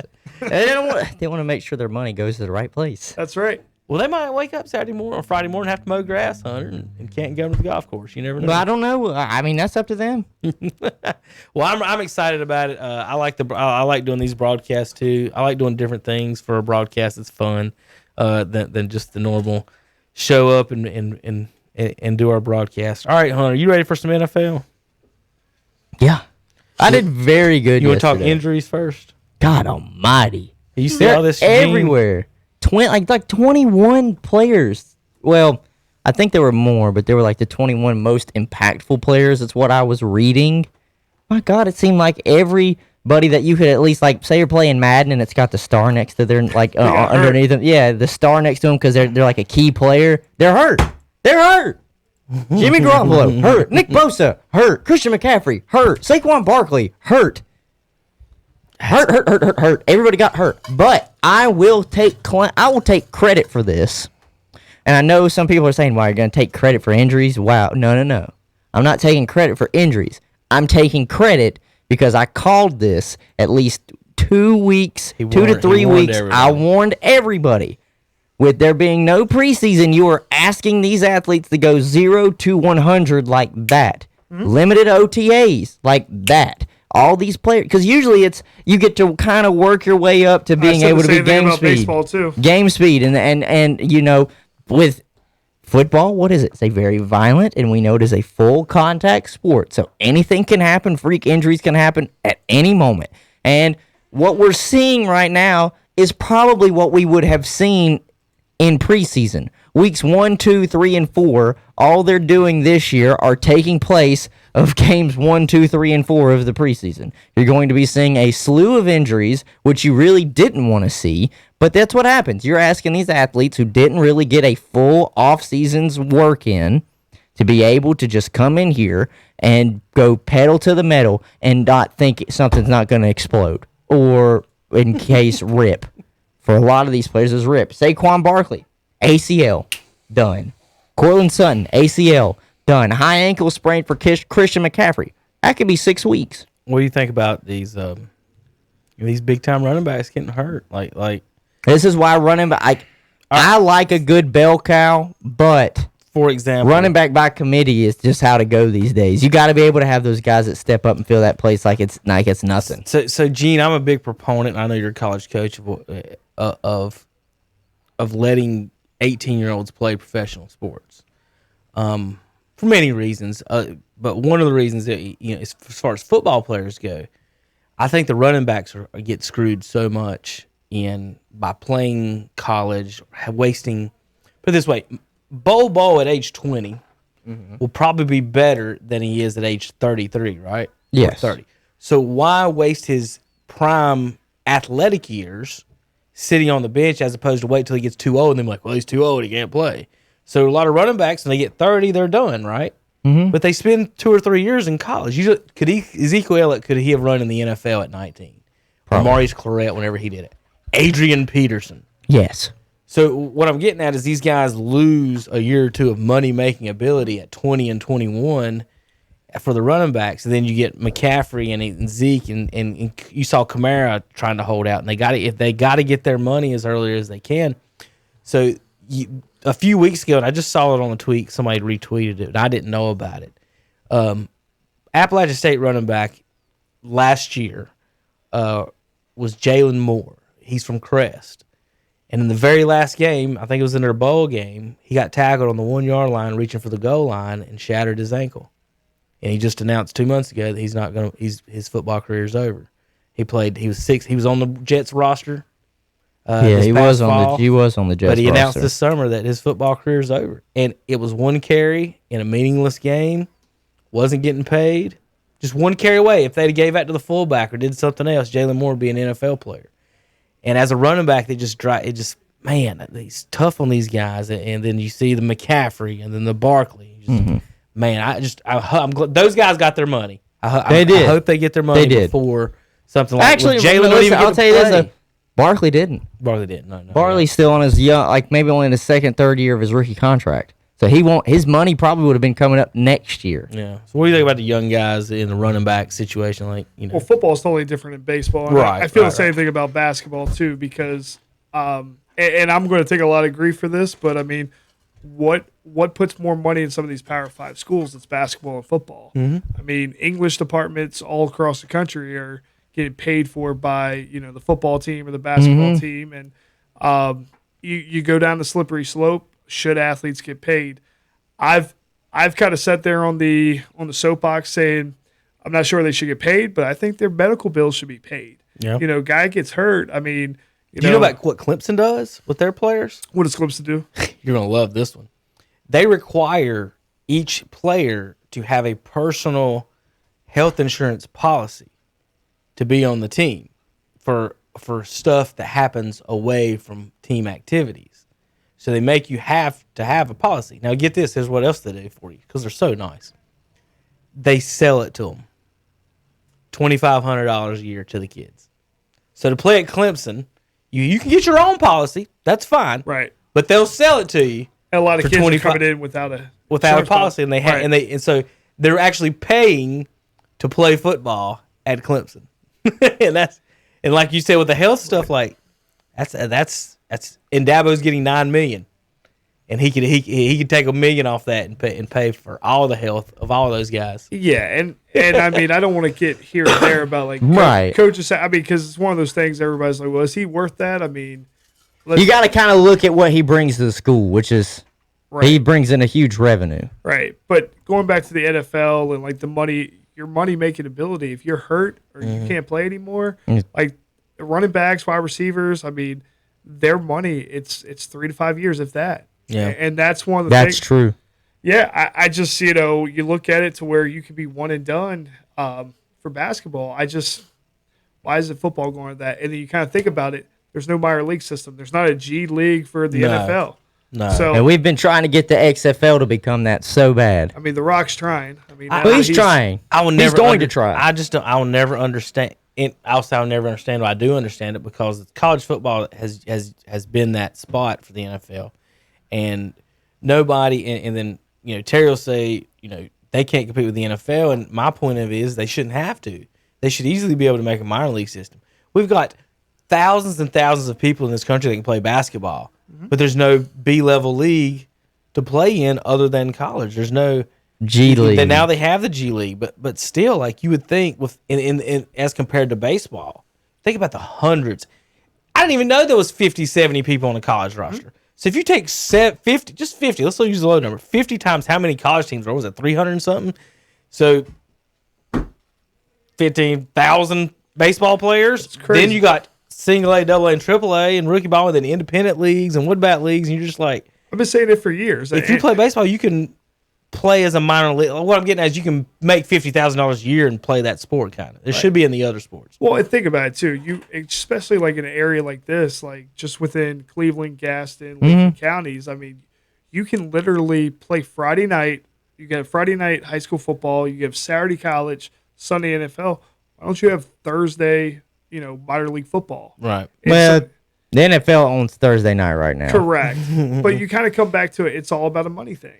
That's why you see like MACtion during the middle of the week. When the MAC. Was that's why the XFL really had it pinpointed perfectly. They were playing in the spring, not even competing with eyes and ears. They announced they were going to, after this first year, they were going to recruit high school kids. They didn't have a rule, right? So they could bring them in. And think about it, Gene. And I've tried to convince Terry, and I'm just like, if Vince McMahon or The Rock comes in your living room offering you $50,000 a year, and you could take that 50 and pay for 4 years, UNC Charlotte's $13,000 a year, so you can play 1 year in the XFL and pay for your 4 years at UNC Charlotte, and a lot of kids are going to choose that option as opposed to going to history class and doing work when you could be lifting weights or doing. There were XFL else. players this past season. They got picked up by NFL season. NFL teams. I thought that was going to be big. Them recruiting the high school kids. I just wish there was a way, especially for like basketball and football,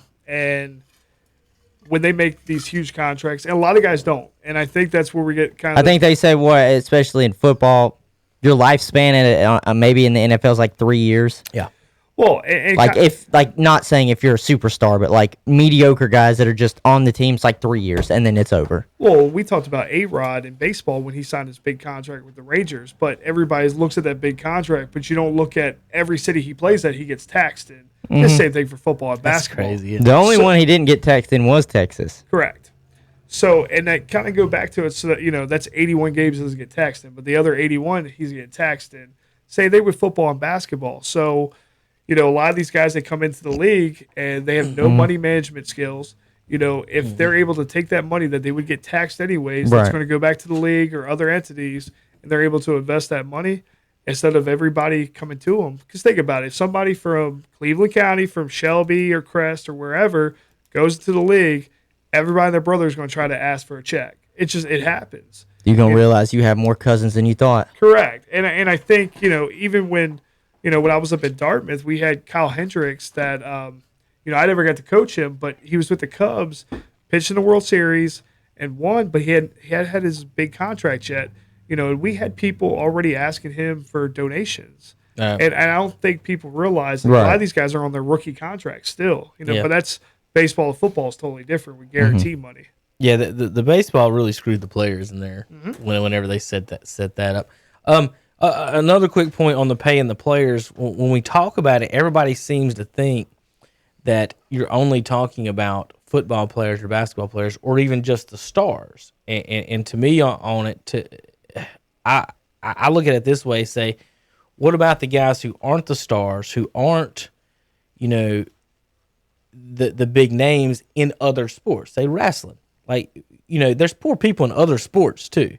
And my thing is, if you could somehow pay a kid, say a wrestler who let's say he's poor and from here, and to me, Gene, paying them whatever amount that you can come up with, whether it's 10, 20, 30 extra $1,000 a year, is nothing but a help on these kids to where they're basically they are, to me, they are. How many hours do your kids put into it? Well, look at it. I mean, all the time. I mean, just look at, for the average kid today, his schedule, if he was in the 7 o'clock, lifting group, so he lifted this morning, then he went to 9 o'clock class. He probably had like 11:30 class. He turned around. He's in study hall for 2 hours. And he's going to practice tonight.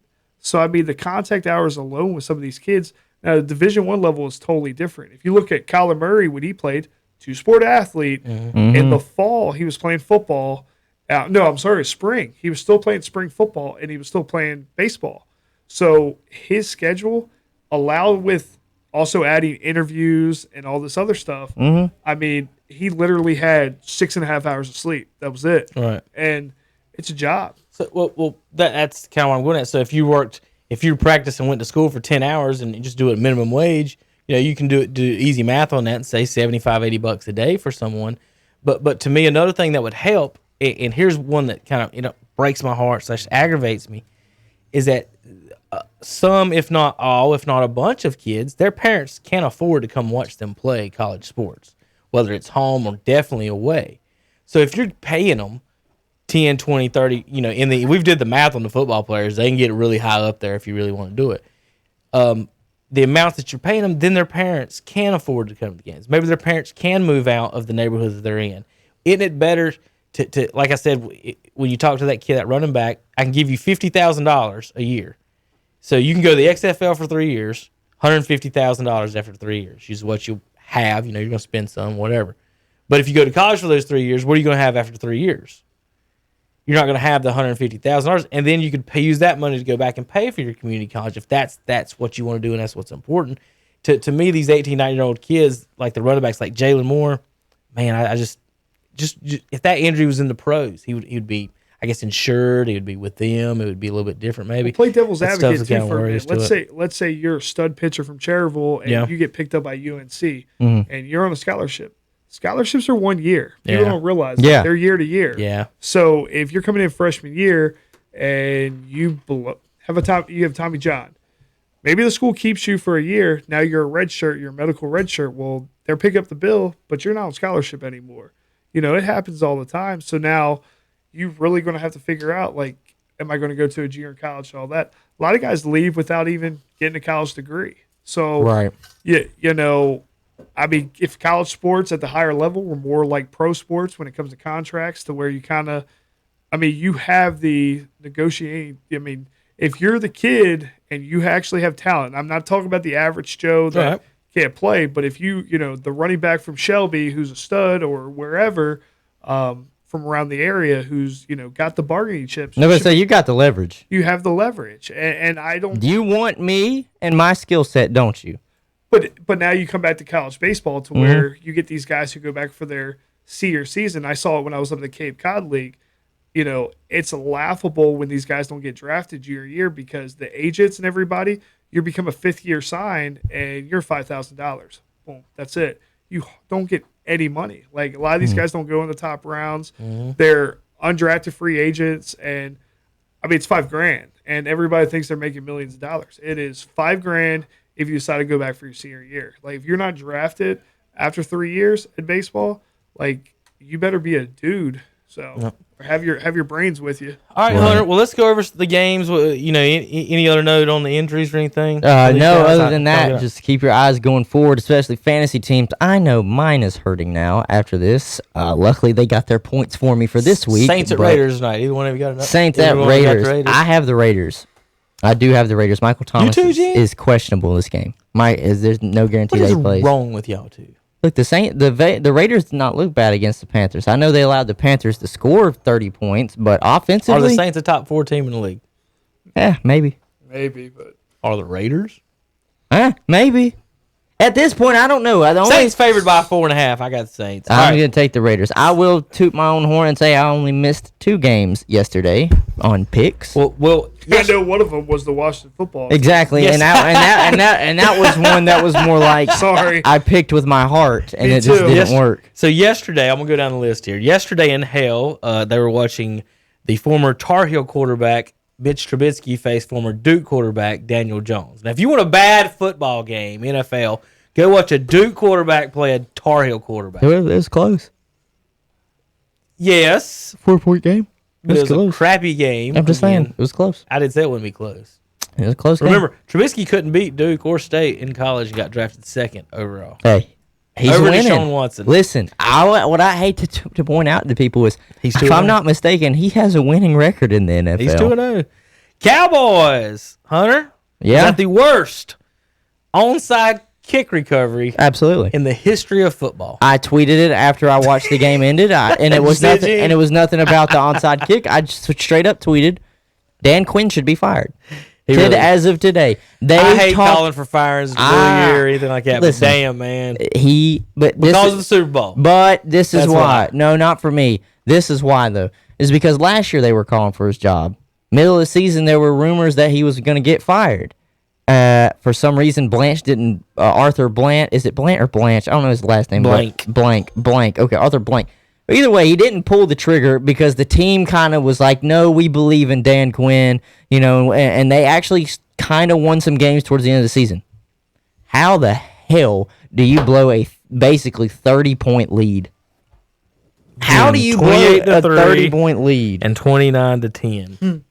Now, I've sat in here for years listening to Terry blame Matt Ryan for them losing that Super Bowl. And I'm like, he scored 28 points. The defense is the one that gave up in the second half. And see, that's why Dan Quinn needs to be fired too, is because what is it? He is a defensive coach. Oh, okay. That's what I'm getting at.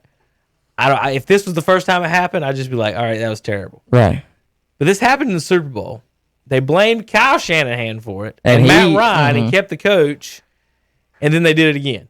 Matt Ryan yesterday was up 20-0. He was up 29-10. Matt Ryan had a great day. You're up 29-10 at half. Again, the NFL average is 24 points. If you score more than that, if you score 39 points, Gene, whose fault was it? Is the defense's? Correct.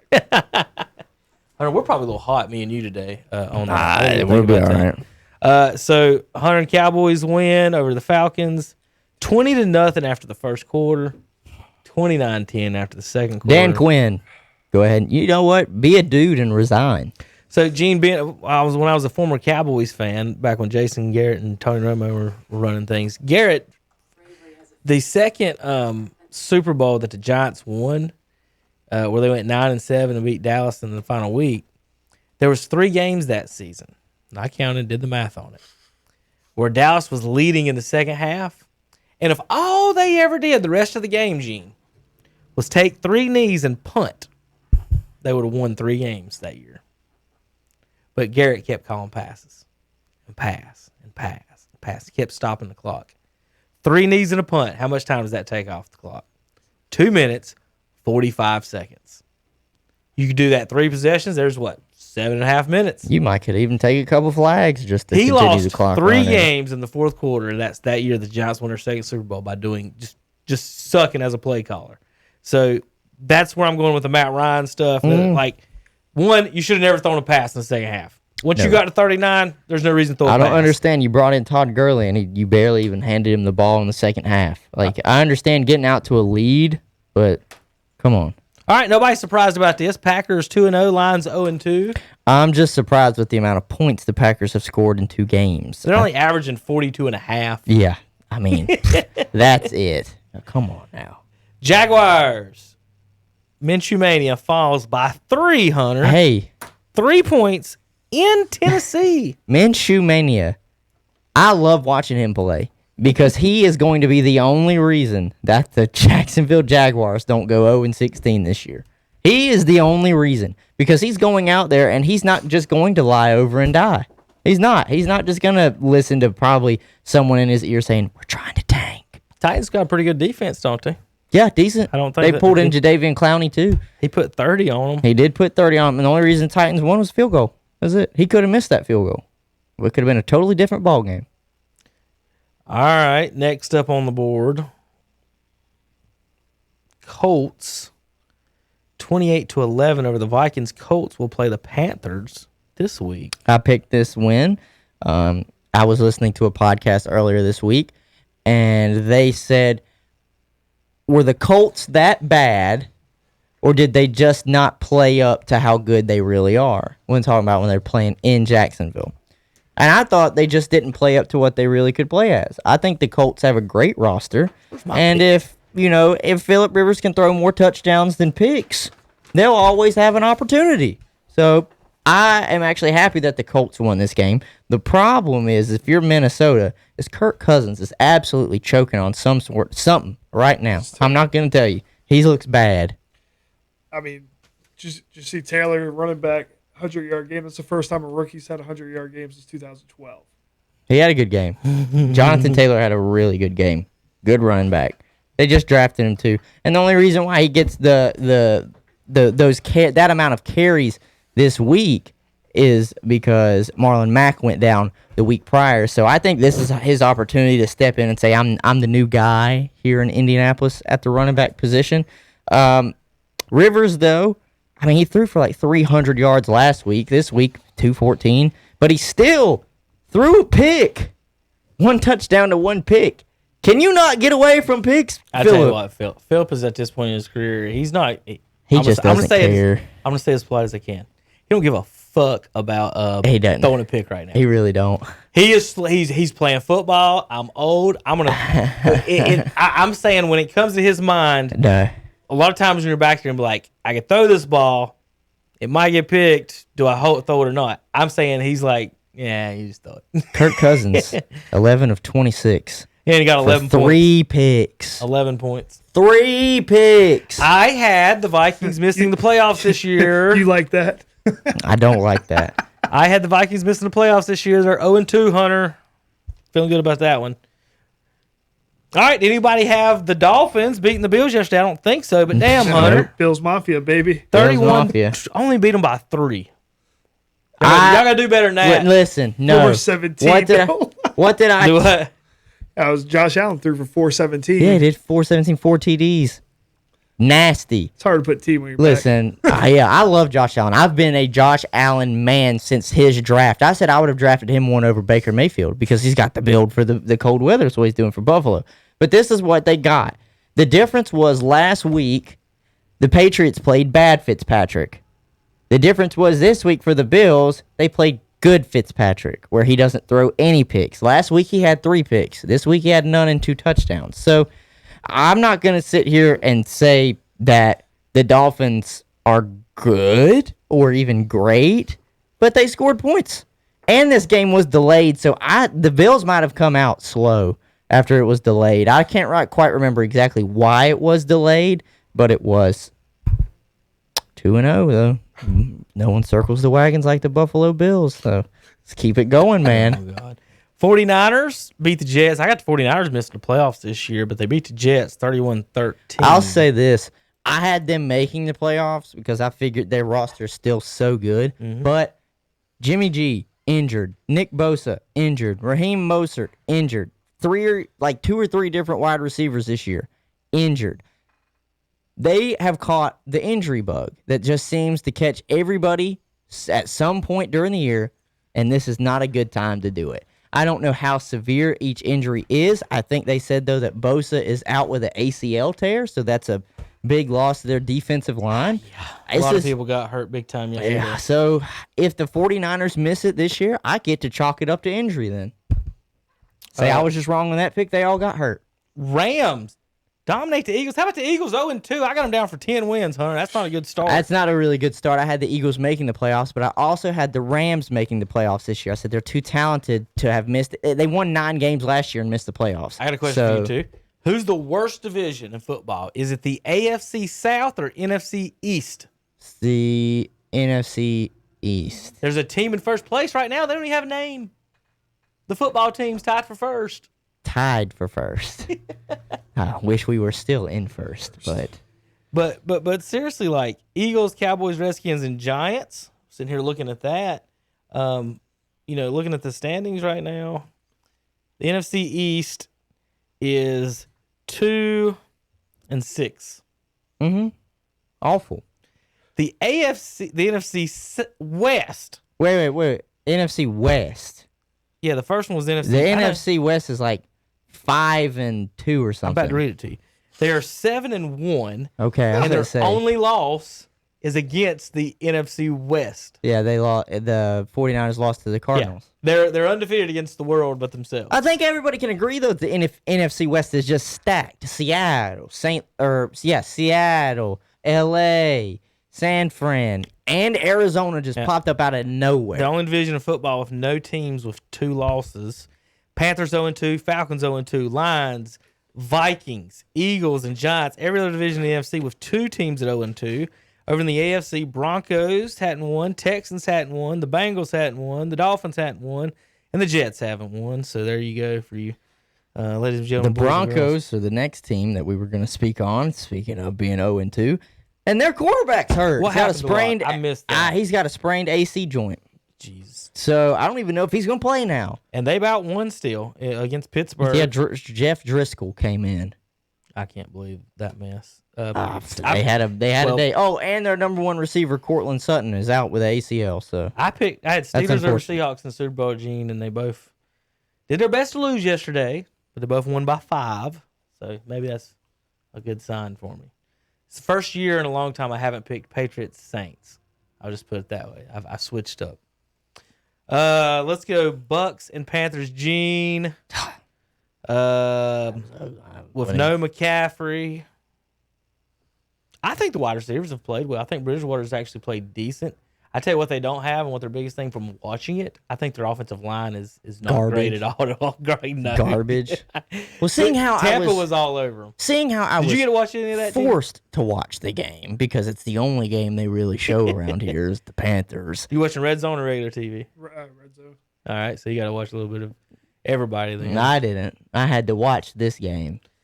And let me tell you, the Buccaneers on offense started to look like they were clicking. I figured they would against a bad Panthers defense. Yeah, they're awful. My God, they're bad. Like, whatever you think the worst defense in the league is, if it's not the Carolina Panthers, I think you're wrong. Because a lot of people would say, well, it has to be one of the other 0-2 teams. No, the Panthers might have the worst defense in the league. That secondary is horrible. Horrible. I don't know who Matt Rule brought in a part of his whole, coaching change-ups that they brought in, but damn, this ain't college in the Big 12 anymore where you can outscore everybody. Gene, did Fournette take Ronald Jones' job yesterday? I think so. 12 carries, 103 yards, 2 touches. Is it that, or was the Panthers just that bad? Well, they are awful. They were awful last year on run defense. They were terrible. But, I mean, Shady won -5. He ain't done nothing in years. Well, Shady is not even the starting running back. They said Ronald Jones was going to be the starter. He had 7 carries, 23 yards, then Fournette. I mean, they got so lucky with him. He just walked across town. They just let him go. He just walked across town. Jacksonville to Tampa Bay. He just walked across the state and was like, "I'm here to play." One thing that's always across town. I'm done. One thing that's always baffled. It's like a kid that doesn't have any playing time over here, and then he just goes to school across the street. He's like, "Hey, I want to play." Listen where we're at. So Cam Newton and Fournette couldn't get a 7th round draft pick. Kyle Allen got a 5th. Like, who values these things? We're dumb, though. It's almost like dumb. In fantasy football as well, people do this. Like, they value their own picks more than anything else. Like, it's so valuable that I picked this guy. We have a connection. But damn, I mean, if you mess up, you mess up, right? I mean, most valuable thing in fantasy is a running back. So I might have to try and get Fournette off of somebody if McCaffrey's going to be out for 6 weeks. He just ends up in Tampa. Tom Brady over 75,000 yards now. Is that all? Listen, when you play till you fart dust, nothing surprises me at this point. Well, Brady had never started 0-2 before, and if he would have lost yesterday, as hell wasn't going to start this week. Well, if he had lost yesterday, it would have been the first time since 2002 he had a 4-game losing streak. By the way, Hunter, look what was trending in the United States yesterday. Bowl, baby. It's not just me. It's not just me. Was it bad? The first thing I saw was the Ruth Bader Ginsburg, and I was like, yeah, that's kind of been trending for like 2 or 3 days. That's not what I was wanting you to look at. I was like, yeah, are you late to the party, Kevin? No. Yeah, she died. Yeah. Breaking news. All right, there's the Panthers and Bucks. All right, got to get on going down the road here. Let's not even speak of it. You don't want to speak of the Washington football team? No. Getting beat by the Arizona Cardinals. Wide open. Touchdown. Listen, our defense is still going to be very good this year. We still lead the league in sacks, and as of right now, which, I mean, I would not have predicted this, but he's kind of playing to expectations. Chase Young is tied for first in the league in sacks, too. So, I mean, he's doing what the defensive line is doing what they need to do.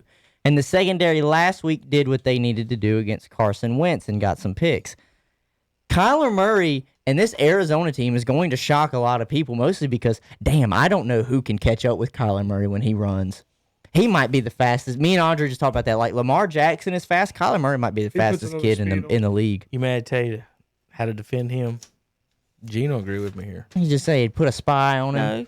First damn time he steps out of bounds, who cares if he's out of bounds? Smoke that little dude. Oh, my God. Like, let's play football one time. Like, there used to be a time, Hunter. Oh, well, when the quarterback pulled up out of bounds. Yeah. We'll take our 15 on this one. I'm going to smoke. Not just that, but the quarterback looks like he's giving himself up, not quite out of bounds. He still gets lit up. Yeah, but they're just like, hey, I can't hit him. If I'm coaching football against one of these running quarterbacks, first, second quarter guys. Yeah, but you know what stopped that? Guys, I don't care about a 15-yarder. You know what stopped that? What? It's not just the 15 yards anymore. It's the $15,000 out of your pocket. That's so. It's the fine that comes after. The football rules drive me so. That's what stopped it. 15 yards would be fine. Listen, hey, give it to him. But 15 grand? Come on now. To me, the fines is so stupid to me because there's a penalty. They fined an offensive lineman last year for hitting a defensive player that was coming. A personal foul? Yeah, no, it wasn't a personal foul. He was coming in, and he came around, and it wasn't a helmet-to-helmet call on the field, but they sent a fine to him. Like, what other sport does that?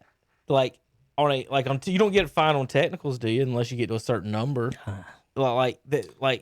I don't hit somebody in baseball. Do you? Yeah. So, like, I was just, it's just weird to me, like. It still ain't stopped nobody. Like, correct. But see that there is no actual penalty though in baseball other than the guy goes to first, right? If you hit somebody. So like in football, we're actually calling the penalty and still giving you the flag. Like offensive players don't have a chance to get fined other than whatever taking a swing at somebody. But everything is against the defense now, and it's so crazy. Think about if I get a personal foul, it's a fine. I lose money. Well, that's not in my contract. God, it was the Colts offensive lineman. What's his name? The defensive pass interference stuff drives me crazy, and here's why. No, the defensive pass interference is okay. It's the illegal touching downfield. There used to be a rule. I don't know if you remember. It used to be if the ball's not in the air, you can do whatever you want. It's football. You push, shove, whatever. Now, Quentin Nelson, that's who he was. Now it could be 3rd and 47, And if the wide receiver runs into a DB 5 yards down the field, it's automatic first down.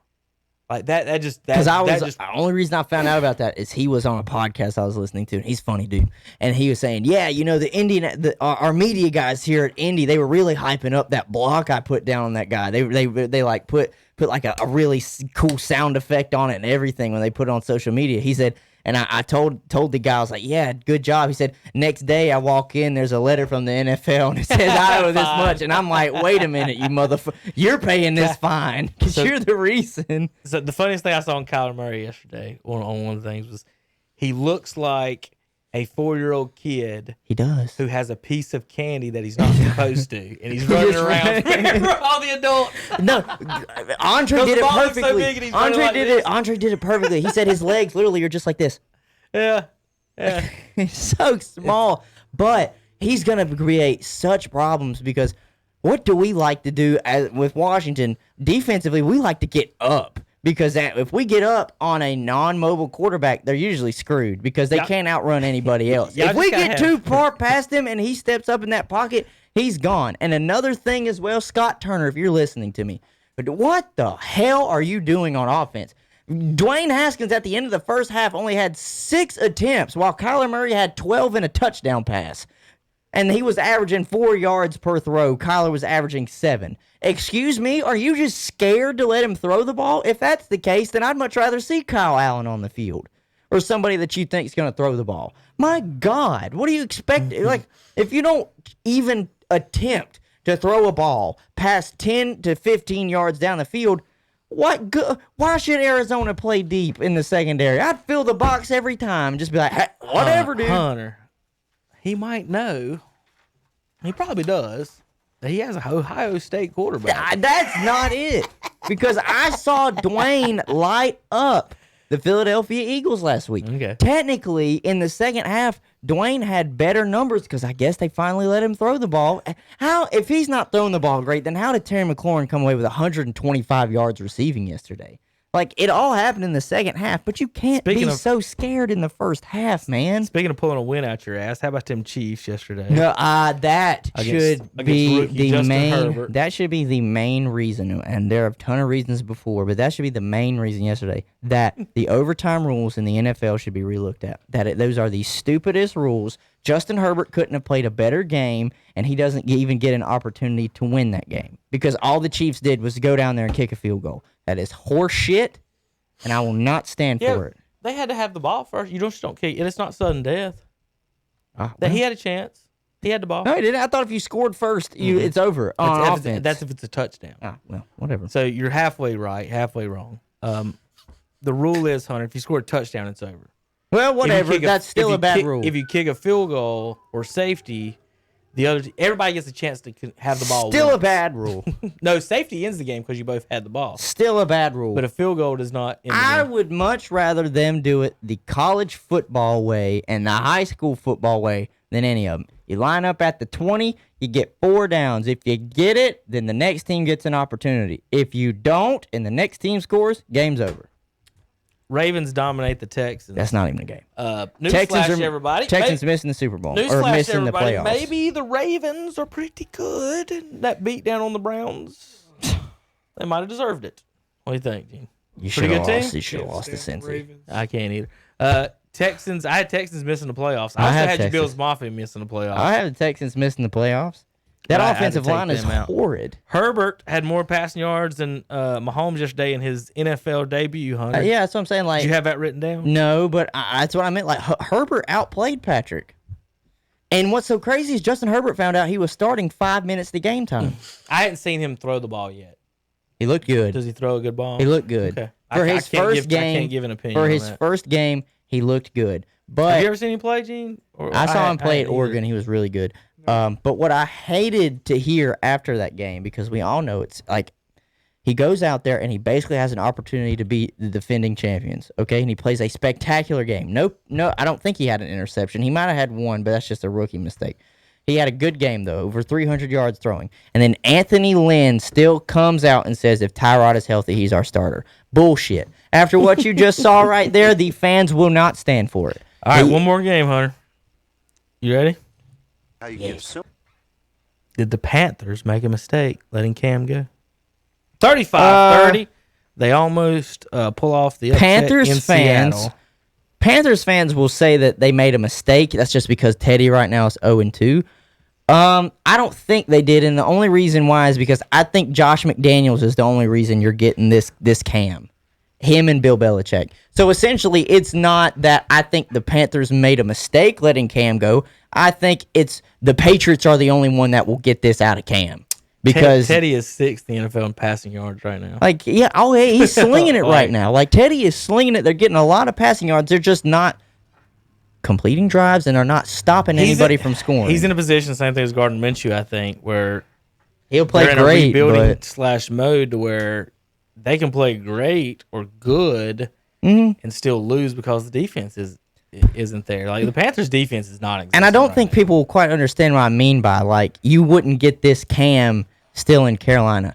One, there's no guarantee Matt Rule even, runs this offense anywhere remotely to what they're trying to run now for the Patriots. What about his play calling lately, Hunter? Go ahead, finish. And number two, I was just gonna say I was listening to what he thinks as a coach. I was listening to Trent Dilfer coming down the road, and one of the questions was, "What have you noticed with Cam in his first 2 games?" He said, "Truthfully, his mechanics are just better." He said he's not throwing off his back foot. He's not dipping his shoulder.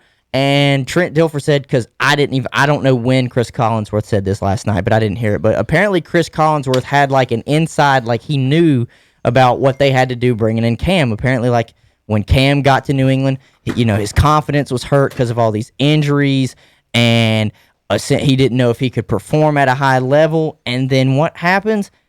He gets in there, and they almost like, because oh God, I just said his name, the offensive coordinator. Daniels.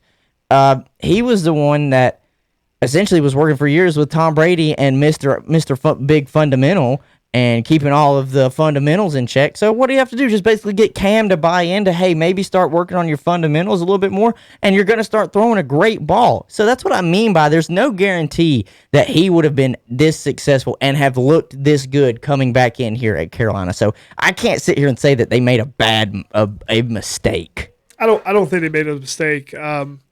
Everybody was asking about, is Cam going to thrive in New England? I mean, you could put whatever quarterback will buy into Belichick's system, and they're going to be good. Mm-hmm. Getting the opportunity to meet Belichick in Annapolis, because that's where he's from, when I was coaching high school ball out there, he is a teacher of the game, foremost. And that's the one thing, too, all his assistant coaches, and just – having the opportunity to kind of, when he came and talked to I was actually our football team at the time, and some of our baseball guys who didn't play football were allowed to come and listen. Yeah. He showed kind of what practice looks like, and they're constantly teaching. Like, I've been to, Redskins Park in Ashburn, and yeah, you'll get, different coaches, different positions, but, they're constantly with these guys in New England. And you don't want to say, oh, it's Patriots and, Deflategate and all this. That's all BS. They teach, and it's it is a teaching atmosphere in New England, and they can take the average player, and that's why they're good.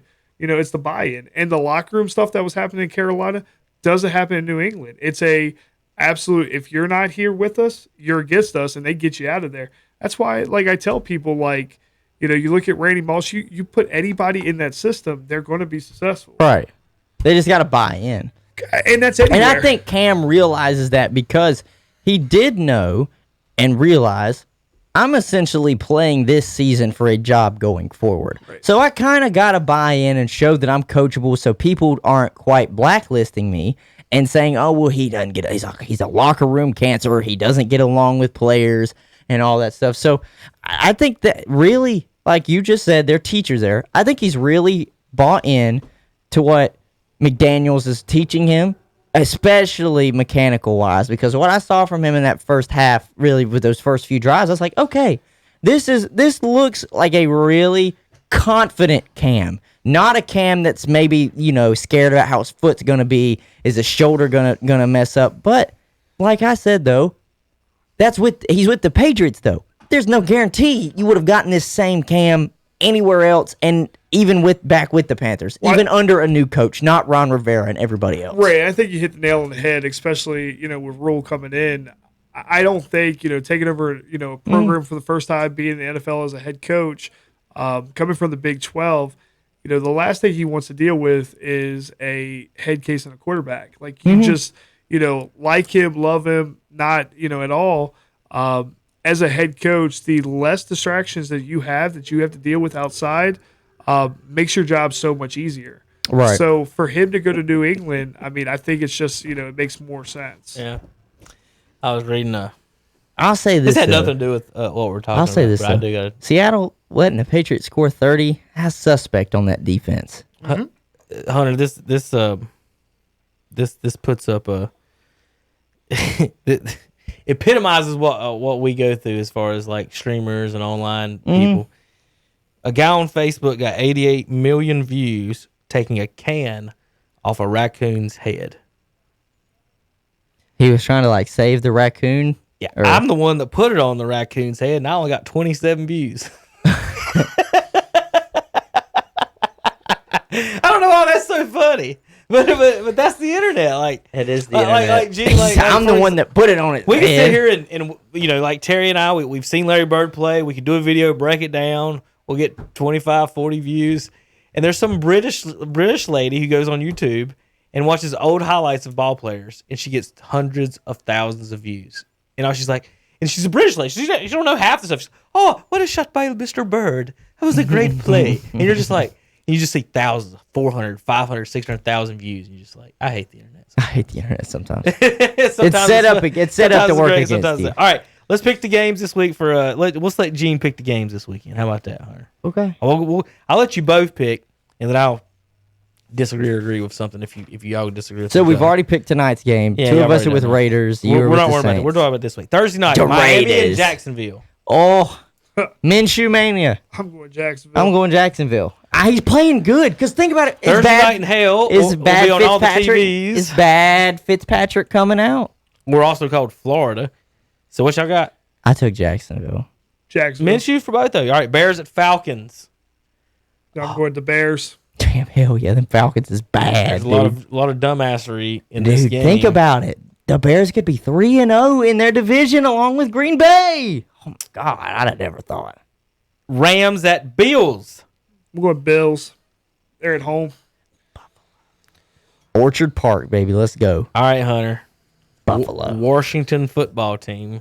This is in Cleveland to visit the Dog Pound. Is this a 1 o'clock game? Hunter, you have an Ohio State quarterback walking into the Dog Pound. You better not pick the 1 o'clock, whatever. Who cares? I'm just asking because I know what you're going to do. Go watch it. All right, who you got? Washington football team. Oh, y'all are both terrible. How about I can't choose against them. They're my team. Titans. Live and ride by them. Titans at Vikings. The Vikings look shitty. They do. They look bad. Keep riding King Henry. Ryan Tannehill, though, is balling out. Raiders at Patriots. Give me the Patriots. They looked good. See, I'll pick the Raiders to beat the Saints, but not the Patriots. Yeah. 49ers at Giants. I don't know who's playing for the 49ers. You know what looked awful for the Giants? The Giants and the Patriots, their uniforms are terrible. That new stripe. Yeah, it's weird. That's awful. I don't like the Patriots. I don't like 49ers the Giants at ones. Giants. Come back to me when we get closer to that day. I'm taking the Giants just because they're at home. I'll never pick a Duke quarterback to win. 40. I mean, I don't even know if Jimmy Garoppolo is going to play. For us. They might no not Barkley and a Duke quarterback. They might, but no Barkley. I know. And a Duke quarterback. They might not even have starting quarterback Jimmy Garoppolo, no defensive end, and no starting running back for 49ers, and no starting wide receivers. Should be fun to watch. This is a shit show. Is that the game in hell on Sunday? Maybe. We got to pick which one. It's either that or the Cleveland-Washington game. Oh, 2 1-1 teams battling for first place. I go Bengals, Eagles. It's terrible too. I was about to say Bengals at Eagles, 0-2 versus 0-2. My head tells me to take Philadelphia, but damn, I want to pick Joe Burrow. He looks so good. I'm taking Joe Burrow. I like Gene. Give me the Bengals. They might pull it off. Give me the Bengals. Hunter, you get a chance to pick again Saturday, but Texans at Steelers. Steelers. Jets at Colts. Colts. Panthers at Chargers. They did play the Chiefs really good. Mm-hmm. No Christian McCaffrey. Yeah, give me the Chargers. That's the big X factor now. I don't know how long Christian McCaffrey's going to be out. The doctors say 4 to 6 weeks. Shit. He says 3. I'll be back in 3. Good luck. Good luck. I mean, if they're 0-5, do you want to be back in 3? No. Wouldn't it be better for him and his money and his body to just sit out the rest of the season? Maybe. And then when they lose all the games, you'd be like, "What my fault?" Tank for Trevor. It's this cat. Tank for Trevor. Houston at Pittsburgh. We're on down the list. Bucks at Broncos. God damn it. I mean, Drew Lock's not even going to be there. I had that one being Holy ticket prices, Batman. I don't know if I've ever seen this before. What is it? $315? $513. There's no way. But it's because Tom Brady's coming to town. And the Bucks. They're the new guys. For Brady and the Bucks. It sucks though, because what is a sprained AC joint? How long does that take? I don't know. Who you got, Gene? I got the Bucks. Give me the Bucks. Lions at Cardinals. Too many people are getting hurt. Taking the Kyler Murray Cardinals. I'm going to ride the Kyler Murray Cardinals. Cowboys in Seattle. Ugh, Seattle. I'm never picking the Cowboys. Heck no. We picked the Falcons to beat the Cowboys, and if the Falcons weren't incompetent fools, we'd be right. The scoreboard is going to need a backup generator for this one, boys. Packers at Saints, Sunday Night Football. Saints' defense is better than the Packers. There's no reason that the Packers allow 30 to the Vikings and then 20-something to the Lions. Going Packers. The Vikings only scored 11 points in this week's game. Whoa, talk about a 20-point difference. And then finally, the rematch of the AFC Championship game. Chiefs at Ravens. I'm taking Baltimore. And I hate it because I think the Chiefs are going to win the Super Bowl again. But Baltimore has dog-walked 2 teams in a row, and they just do it with ease. Lamar Jackson doesn't look like he's broke a sweat in either game. Give me Baltimore. I think he's going to get broke up this week. We're going with Chiefs. I like it, I got to break it up. I like it, though. Science says Baltimore. Science.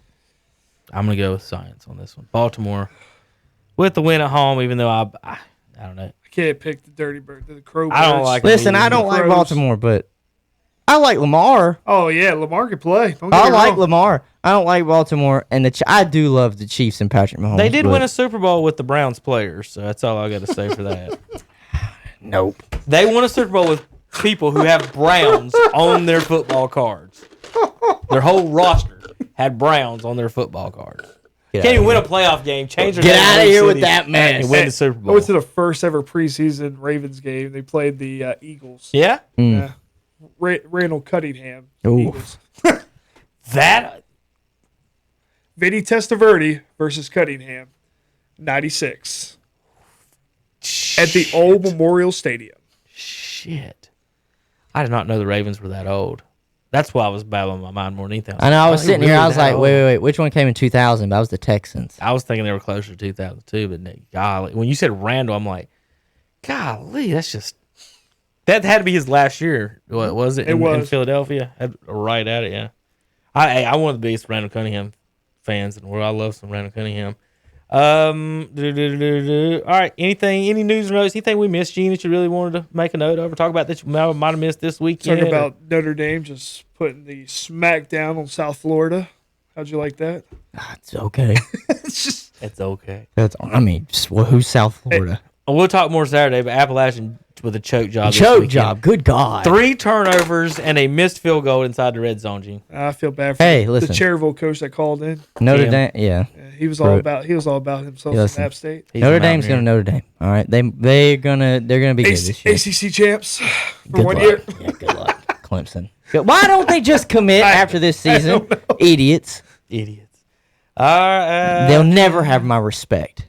Until they join a conference. Seemed like it was one other thing. Let me take my notes if y'all don't have anything else. Golf tournament. Show up. Yeah. Golf. 9:30, Cleveland Country Club, Friday. Ladies and gentlemen. Be there or be square. Yeah, golf tournament Friday, Cleveland Country Club. Nice little course. It's not long for you, so if you older folks or folks don't hit it that far, it's not really that long a course. The greens are fantastic. It's a nice little shot maker's course.